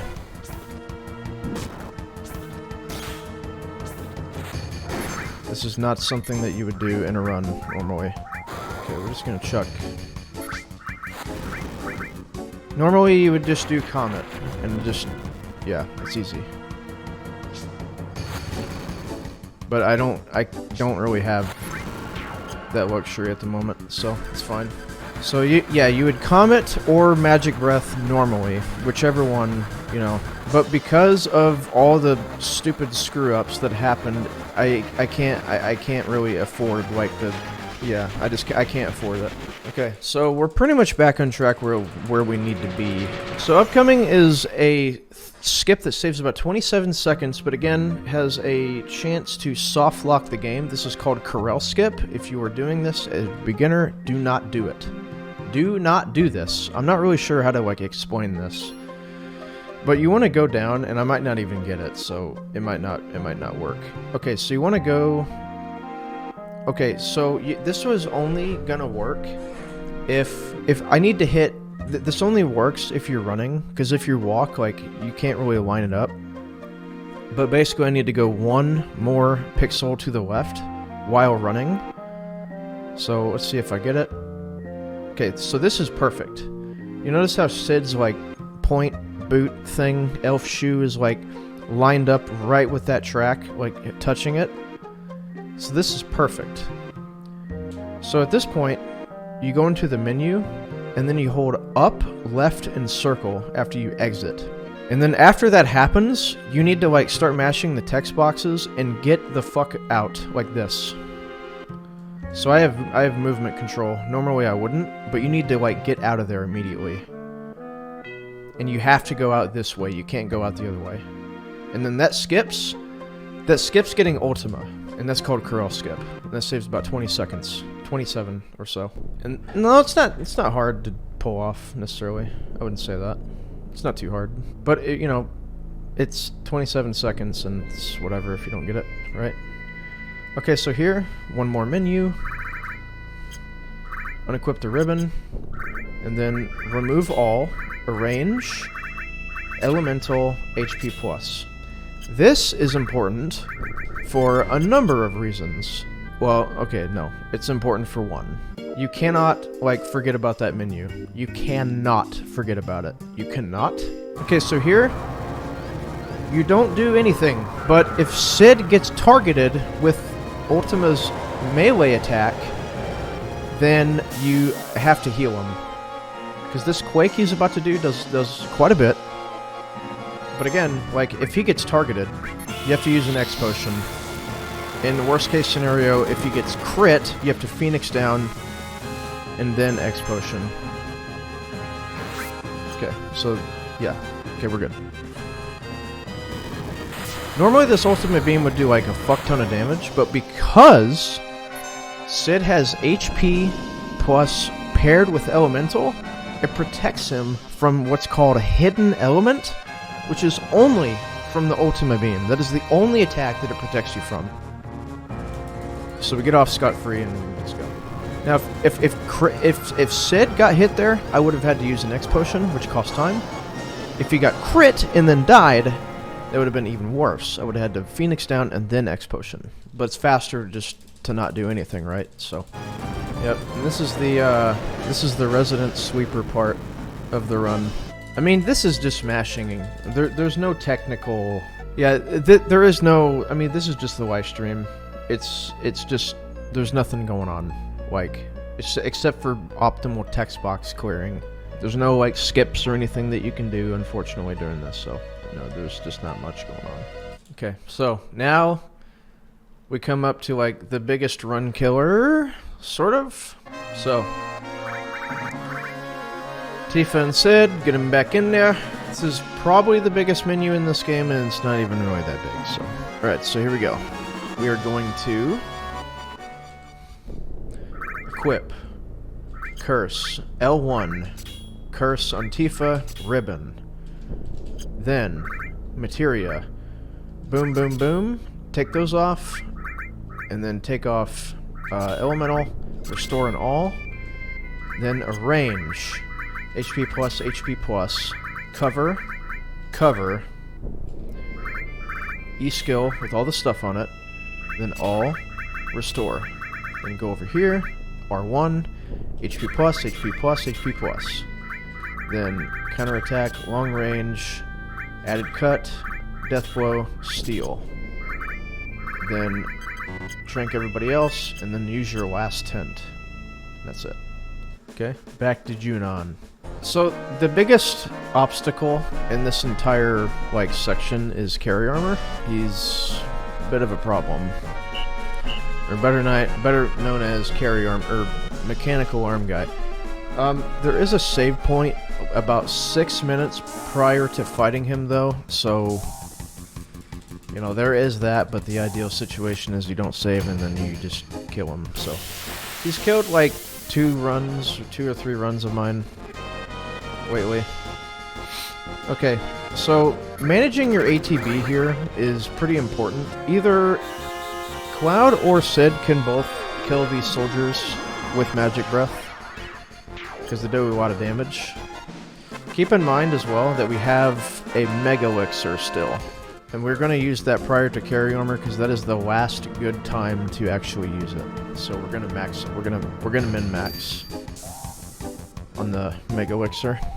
And we're not going to heal off any MP whatsoever. So the deal is with Magic Breath is, you know, it's consistent. It's not the fastest.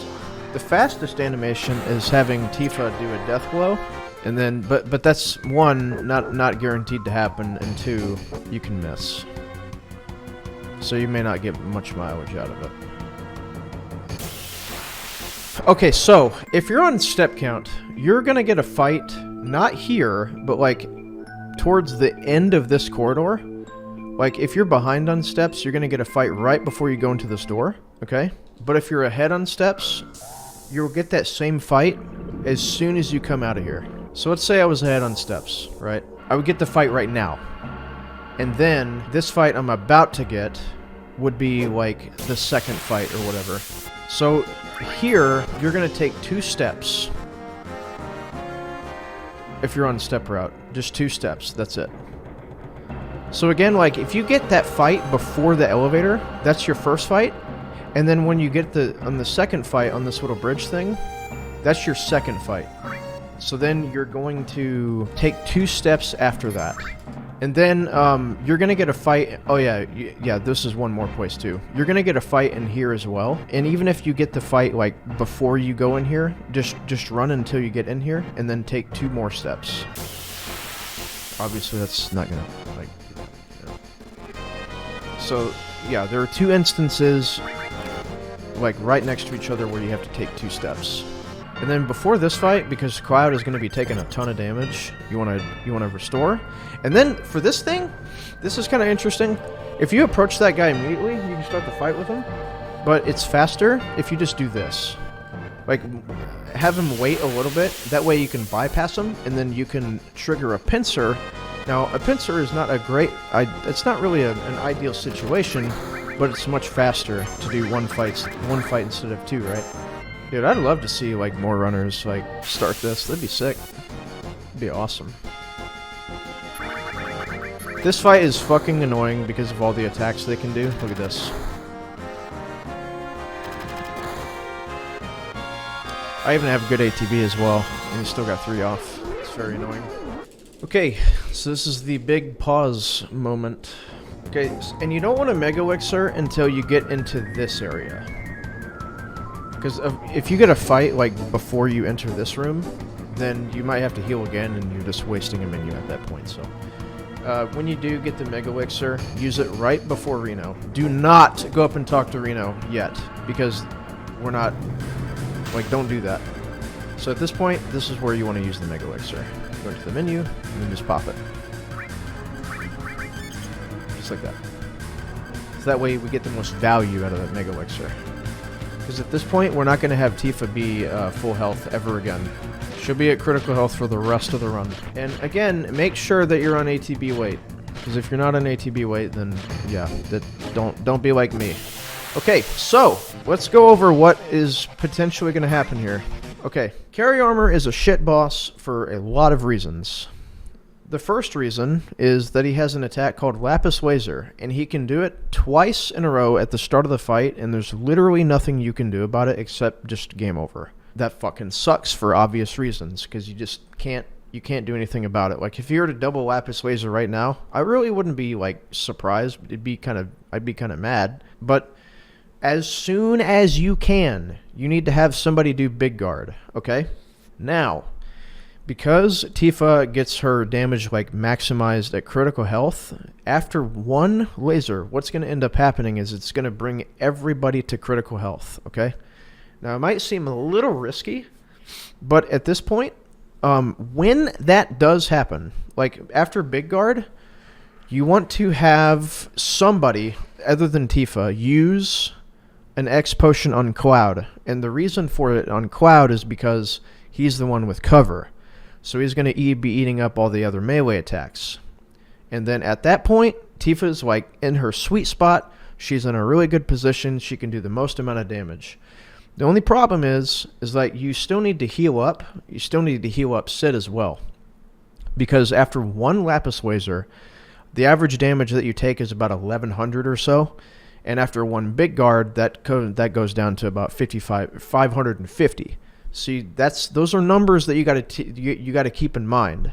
So at some point, Sid also is going to need to be healed, but in the other situation, you know, he didn't start with Lapis Laser, so I'm free to go for like whatever I want.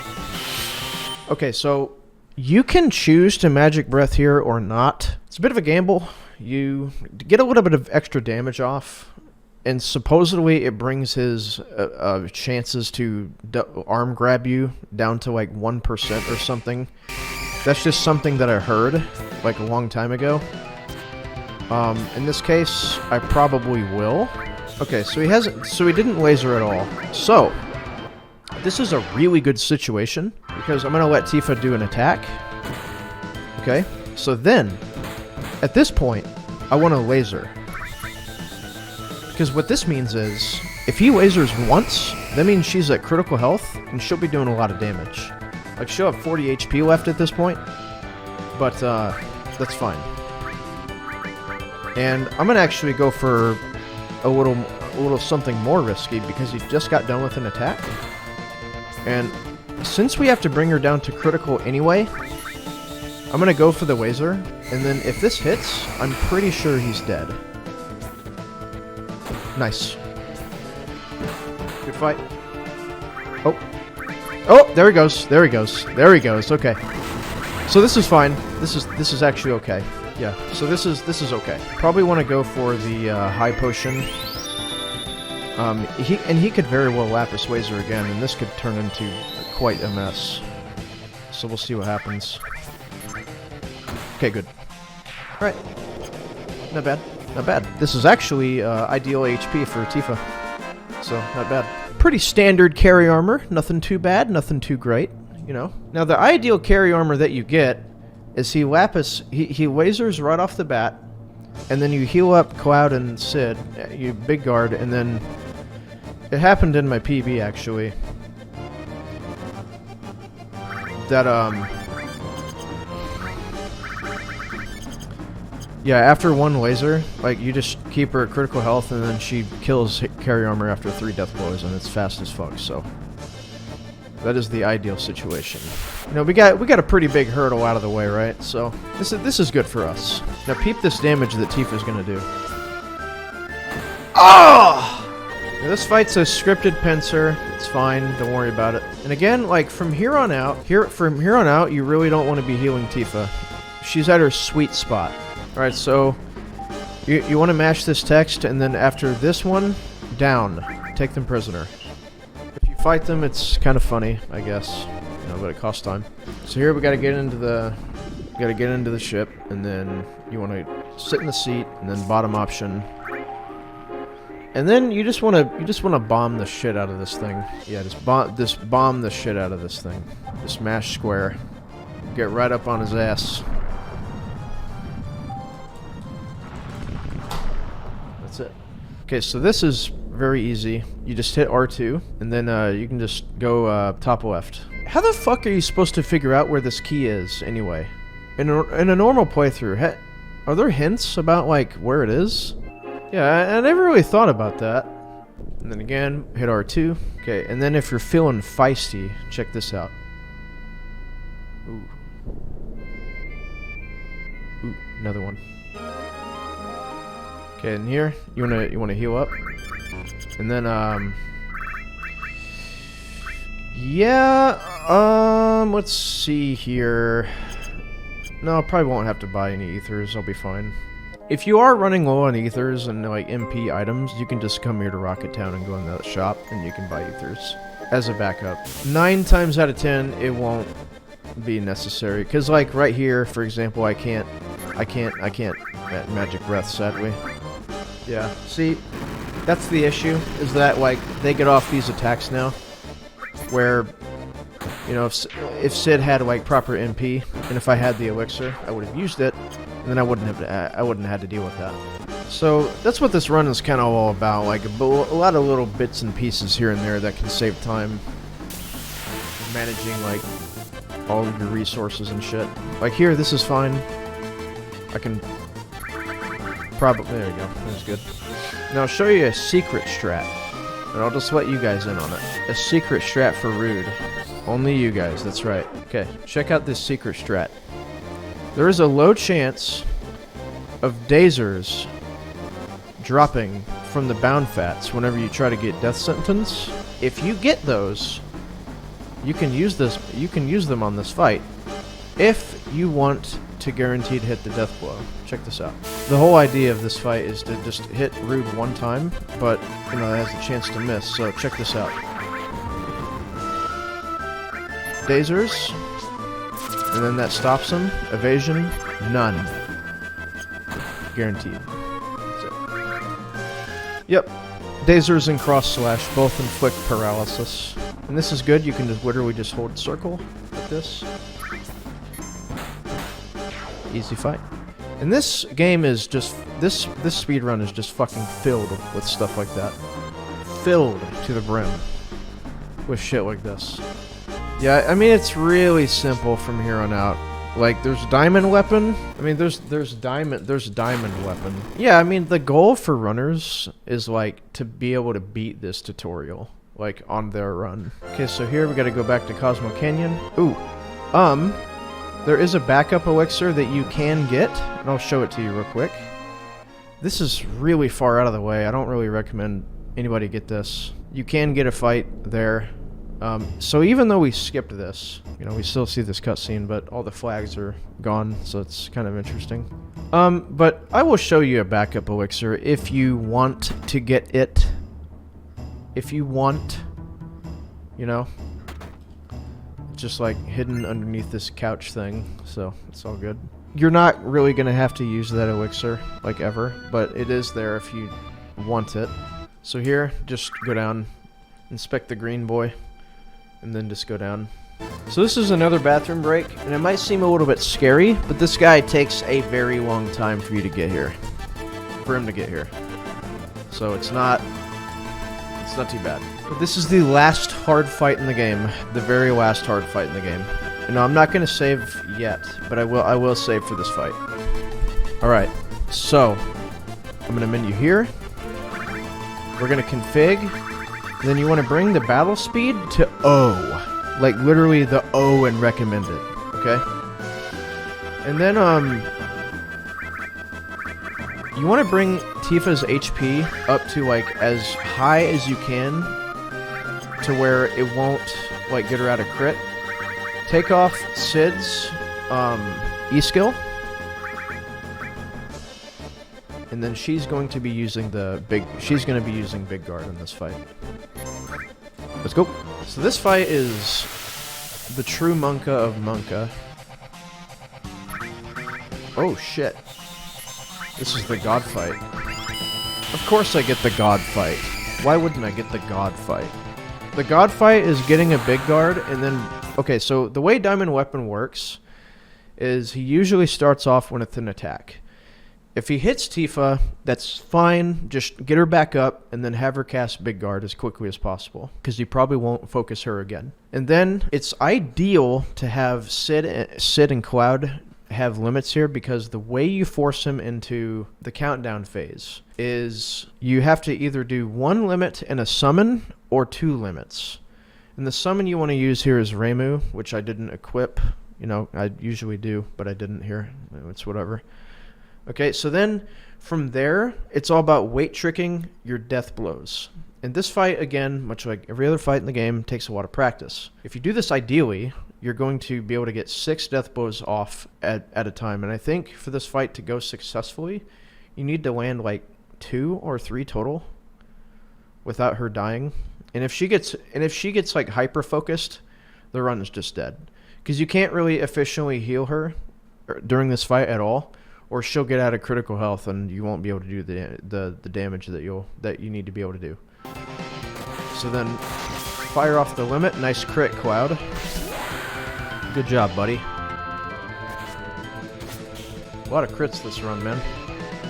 Okay, so then you want to death blow, defend, item.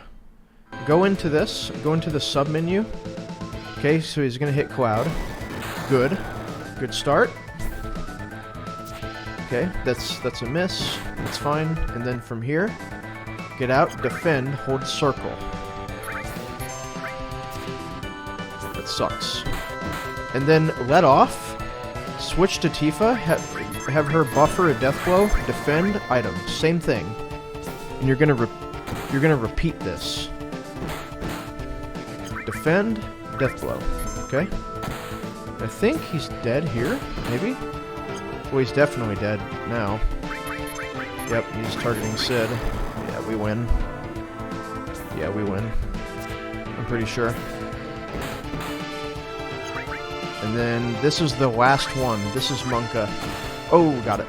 Okay, pretty scary fight, but that's it. Last run killer in the game, except for not putting on ATB Wait for Absolute Jenova.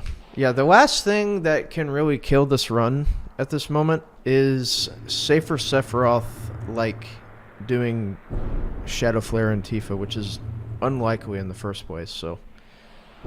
Your success rate at this point of finishing a run is probably, like, no joke, like 90+%. So this right here, and when you're on PB pace, this where you go, let's go! You get all fucking hyped, dude. Yeah! Because you know you're gonna finish a run. Okay, so make sure to menu here. And then set your ATB back. Very important. I've done this many times. And then heal here if you like. I mean, you don't really need to, honestly. Okay, so there is a pretty major skip that we are going to do. Like, major skip. And it's not hard. It's the easiest skip of all time. Alright. So here, what we're going to end up doing is when Singh or Reeves, whenever he holds up his phone, you want to hold right and run. So that's right and X. And then just keep mashing. Hold those two buttons down the entire time. The entire time, and don't let go. So right and run.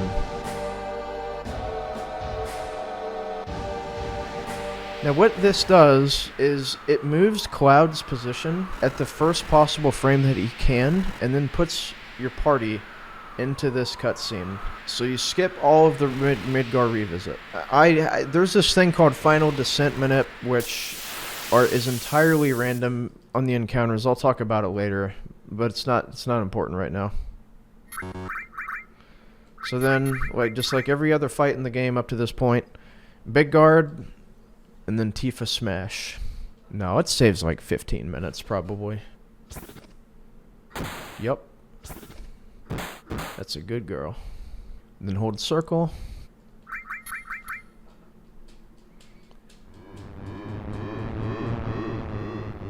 I don't think I've ever seen that happen. That could be a problem. I don't think that's ever happened before. That's kind of bullshit. Yeah, I think we're just gonna keep chucking potions. Wow, finally you hit. Alright.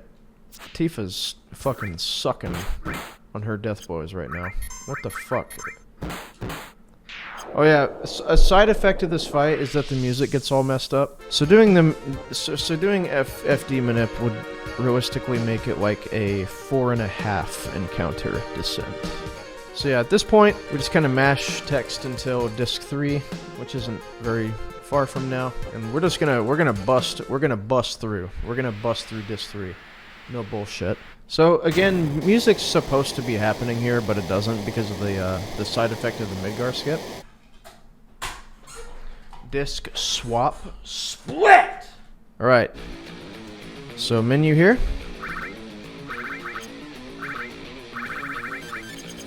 That's it. Okay, so grab the save crystal. And then you want Tifa to attack herself.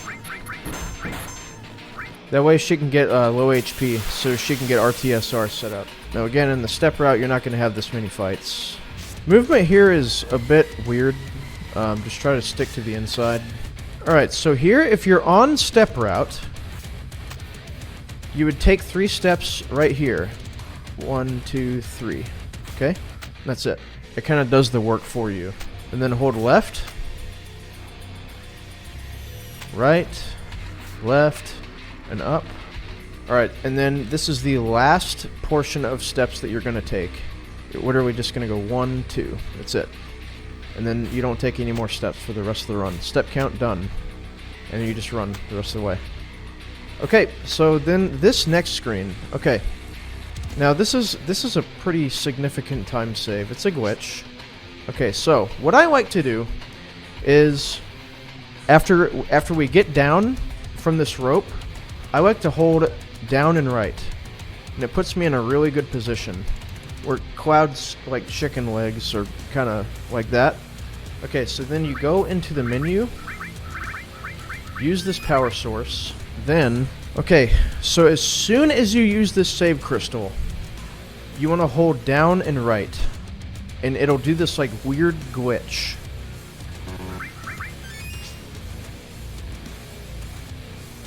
And then you want to highlight no, and don't clear the text box yet. Wait till it glitches out or whatever. Okay, and then you want to go around. Get on this edge here. So Cloud's gonna go left, Barret right, Tifa right, Red right, Kate Sith left, and then Sid right, and then you can go. And then that saves probably a good minute and 20 seconds. So then down, down, and then you just go.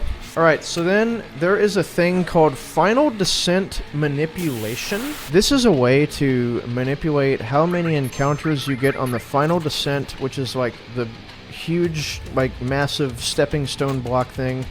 And it's going to be on this screen. There is a way to manipulate that. And one thing that I should mention is that during the Final Descent, step count, hostile encounters, none of that shit matters. It's all entirely random, but can be manipulated. So there is a way to manipulate it. I don't know how to do it. Now the downside of doing that crystal save glitch is that you cannot save here. So if you're feeling like a little bitch, don't do that glitch. So then make sure to get the mithril, which is actually the missile from Tifa. And that's why you want her to go right. Okay, you guys might just see the worst of the worst here then. Okay, here we go. Yikers. And yeah, you kind of have to get away. Just run until you can't run no more. And then heal accordingly after every fight, which I will.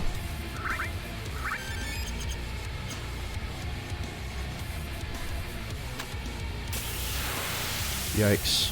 This might be the worst Final Descent, like, ever. Yeah, literally, like, stuff like this, it can kill a PB pace. Because so many Final Descent encounters. So again, like, this is pseudo-random, and I say pseudo because it can be manipulated, but it's... Yeah, this is just absurd. Yeah, this is the worst Final Descent manip I've ever had. This is just fucking bullshit. I will say that, after all the years of running this. I can safely say this is the worst Final Descent manip Final Descent I've ever had. Oh my god. Like, this would kill a PB pace. Easy. Outright. You would lose, like, 3 minutes to this shit.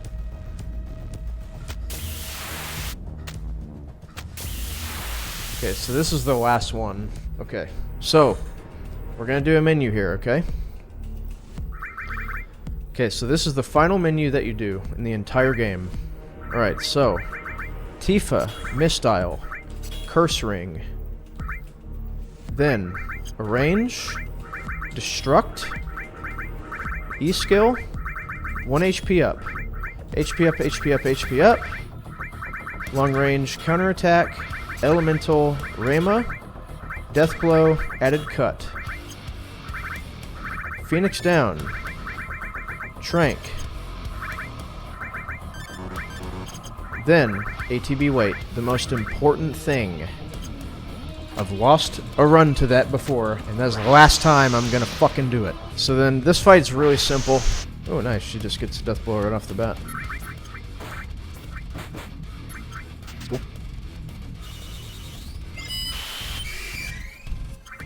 Yeah, I don't really want to talk about how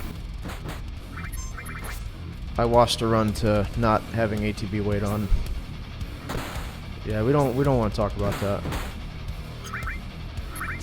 All right, so then that's it. One more and then bitch is dead.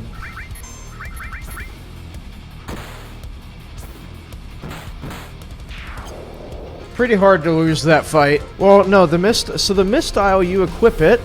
You equip the mistile over Gigas because what the mistile does is 100% success rate of death blows will hit. So I won't miss one death blow, and it adds a 50% dot evasion rate on top of the already evasion rate. So her evasion rate's like 65% roughly, 70. I don't know, something like that. So anything coming at her is likely to miss. It's the best armor piece in the game. It's just too good. Okay, almost to the end, boys. Almost to the end. Same thing. And then heal up all the boys, and then don't worry about healing up Tifa, because if she gets hit anyway, yeah, bad news bears. Whatever you do, you want to do big guard first. Whatever you do, big guard is going first. Even if Tifa has good ATB, you still, yeah. So we're kind of forced to do this now. So yeah, so let everybody's ATB like fill up, and then buffer a death blow. That's fine. Don't worry about healing on the. Don't worry about healing on this fight. Like literally, just don't heal. Okay, so boom, defend, boom, and then we're gonna treat this fight like diamond weapon. So during his turn, we're gonna buffer a death blow. Holy shit! That is unlucky. That is extremely unlucky. Oh boy.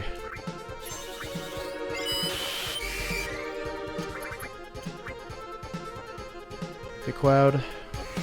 Good. This is really bad, guys. This is kind of terrible.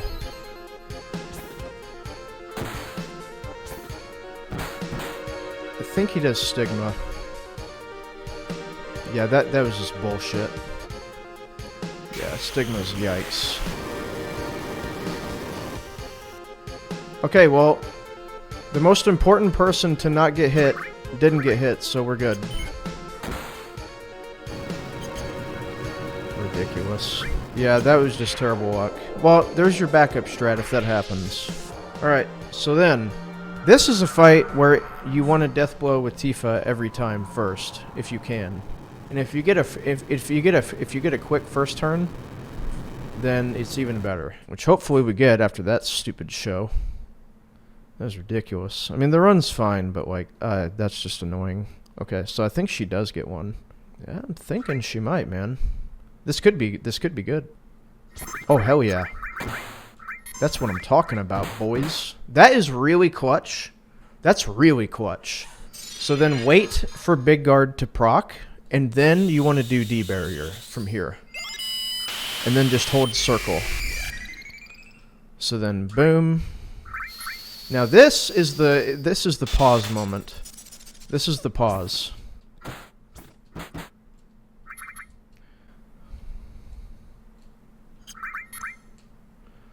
Okay, I think this is okay. He's gonna survive this, right? Yeah, runs over at this point. Runs over. We're good. Yep. And then he has one more death blow. And this is the final attack that Sephiroth is going to be doing. So he's going to hit Cloud, and he's going to eat it, and then, yeah, GG. And then we defend, and then boom, that's it. GG's, boys. We have completed FF7 speedrun. So there's a couple different things there. Since Cloud got he got focused on the Shadow Flare. He had a lot of HP, which is really good because he can survive that. Now, if Cloud had low HP, what you would do, and if he were to die to the Shadow Flare, You would Phoenix down him with Sid. That way, he can eat the extra attack. Unfortunately, you're going to be losing like 15 seconds because Sephiroth is going to like go up and then get some extra stuff, but it's fine. You kind of need Cloud to eat that attack though. So that's why you need to Phoenix down. And if Tifa gets Shadow Flared, then fuck, I don't know what to do.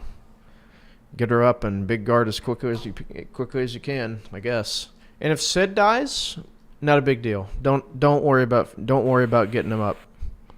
If Sid gets Shadow Flared, don't worry about it, because Cloud can eat the melee attack. Okay, so if you're doing a first run, always Omni Slash. Even if you get world record, if you can get world record with Omni Slash, do it.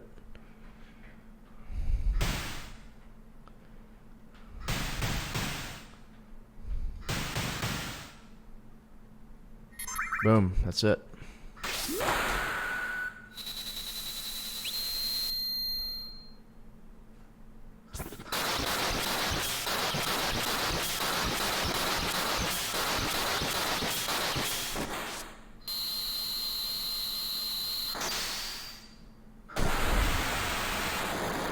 Tutorial over.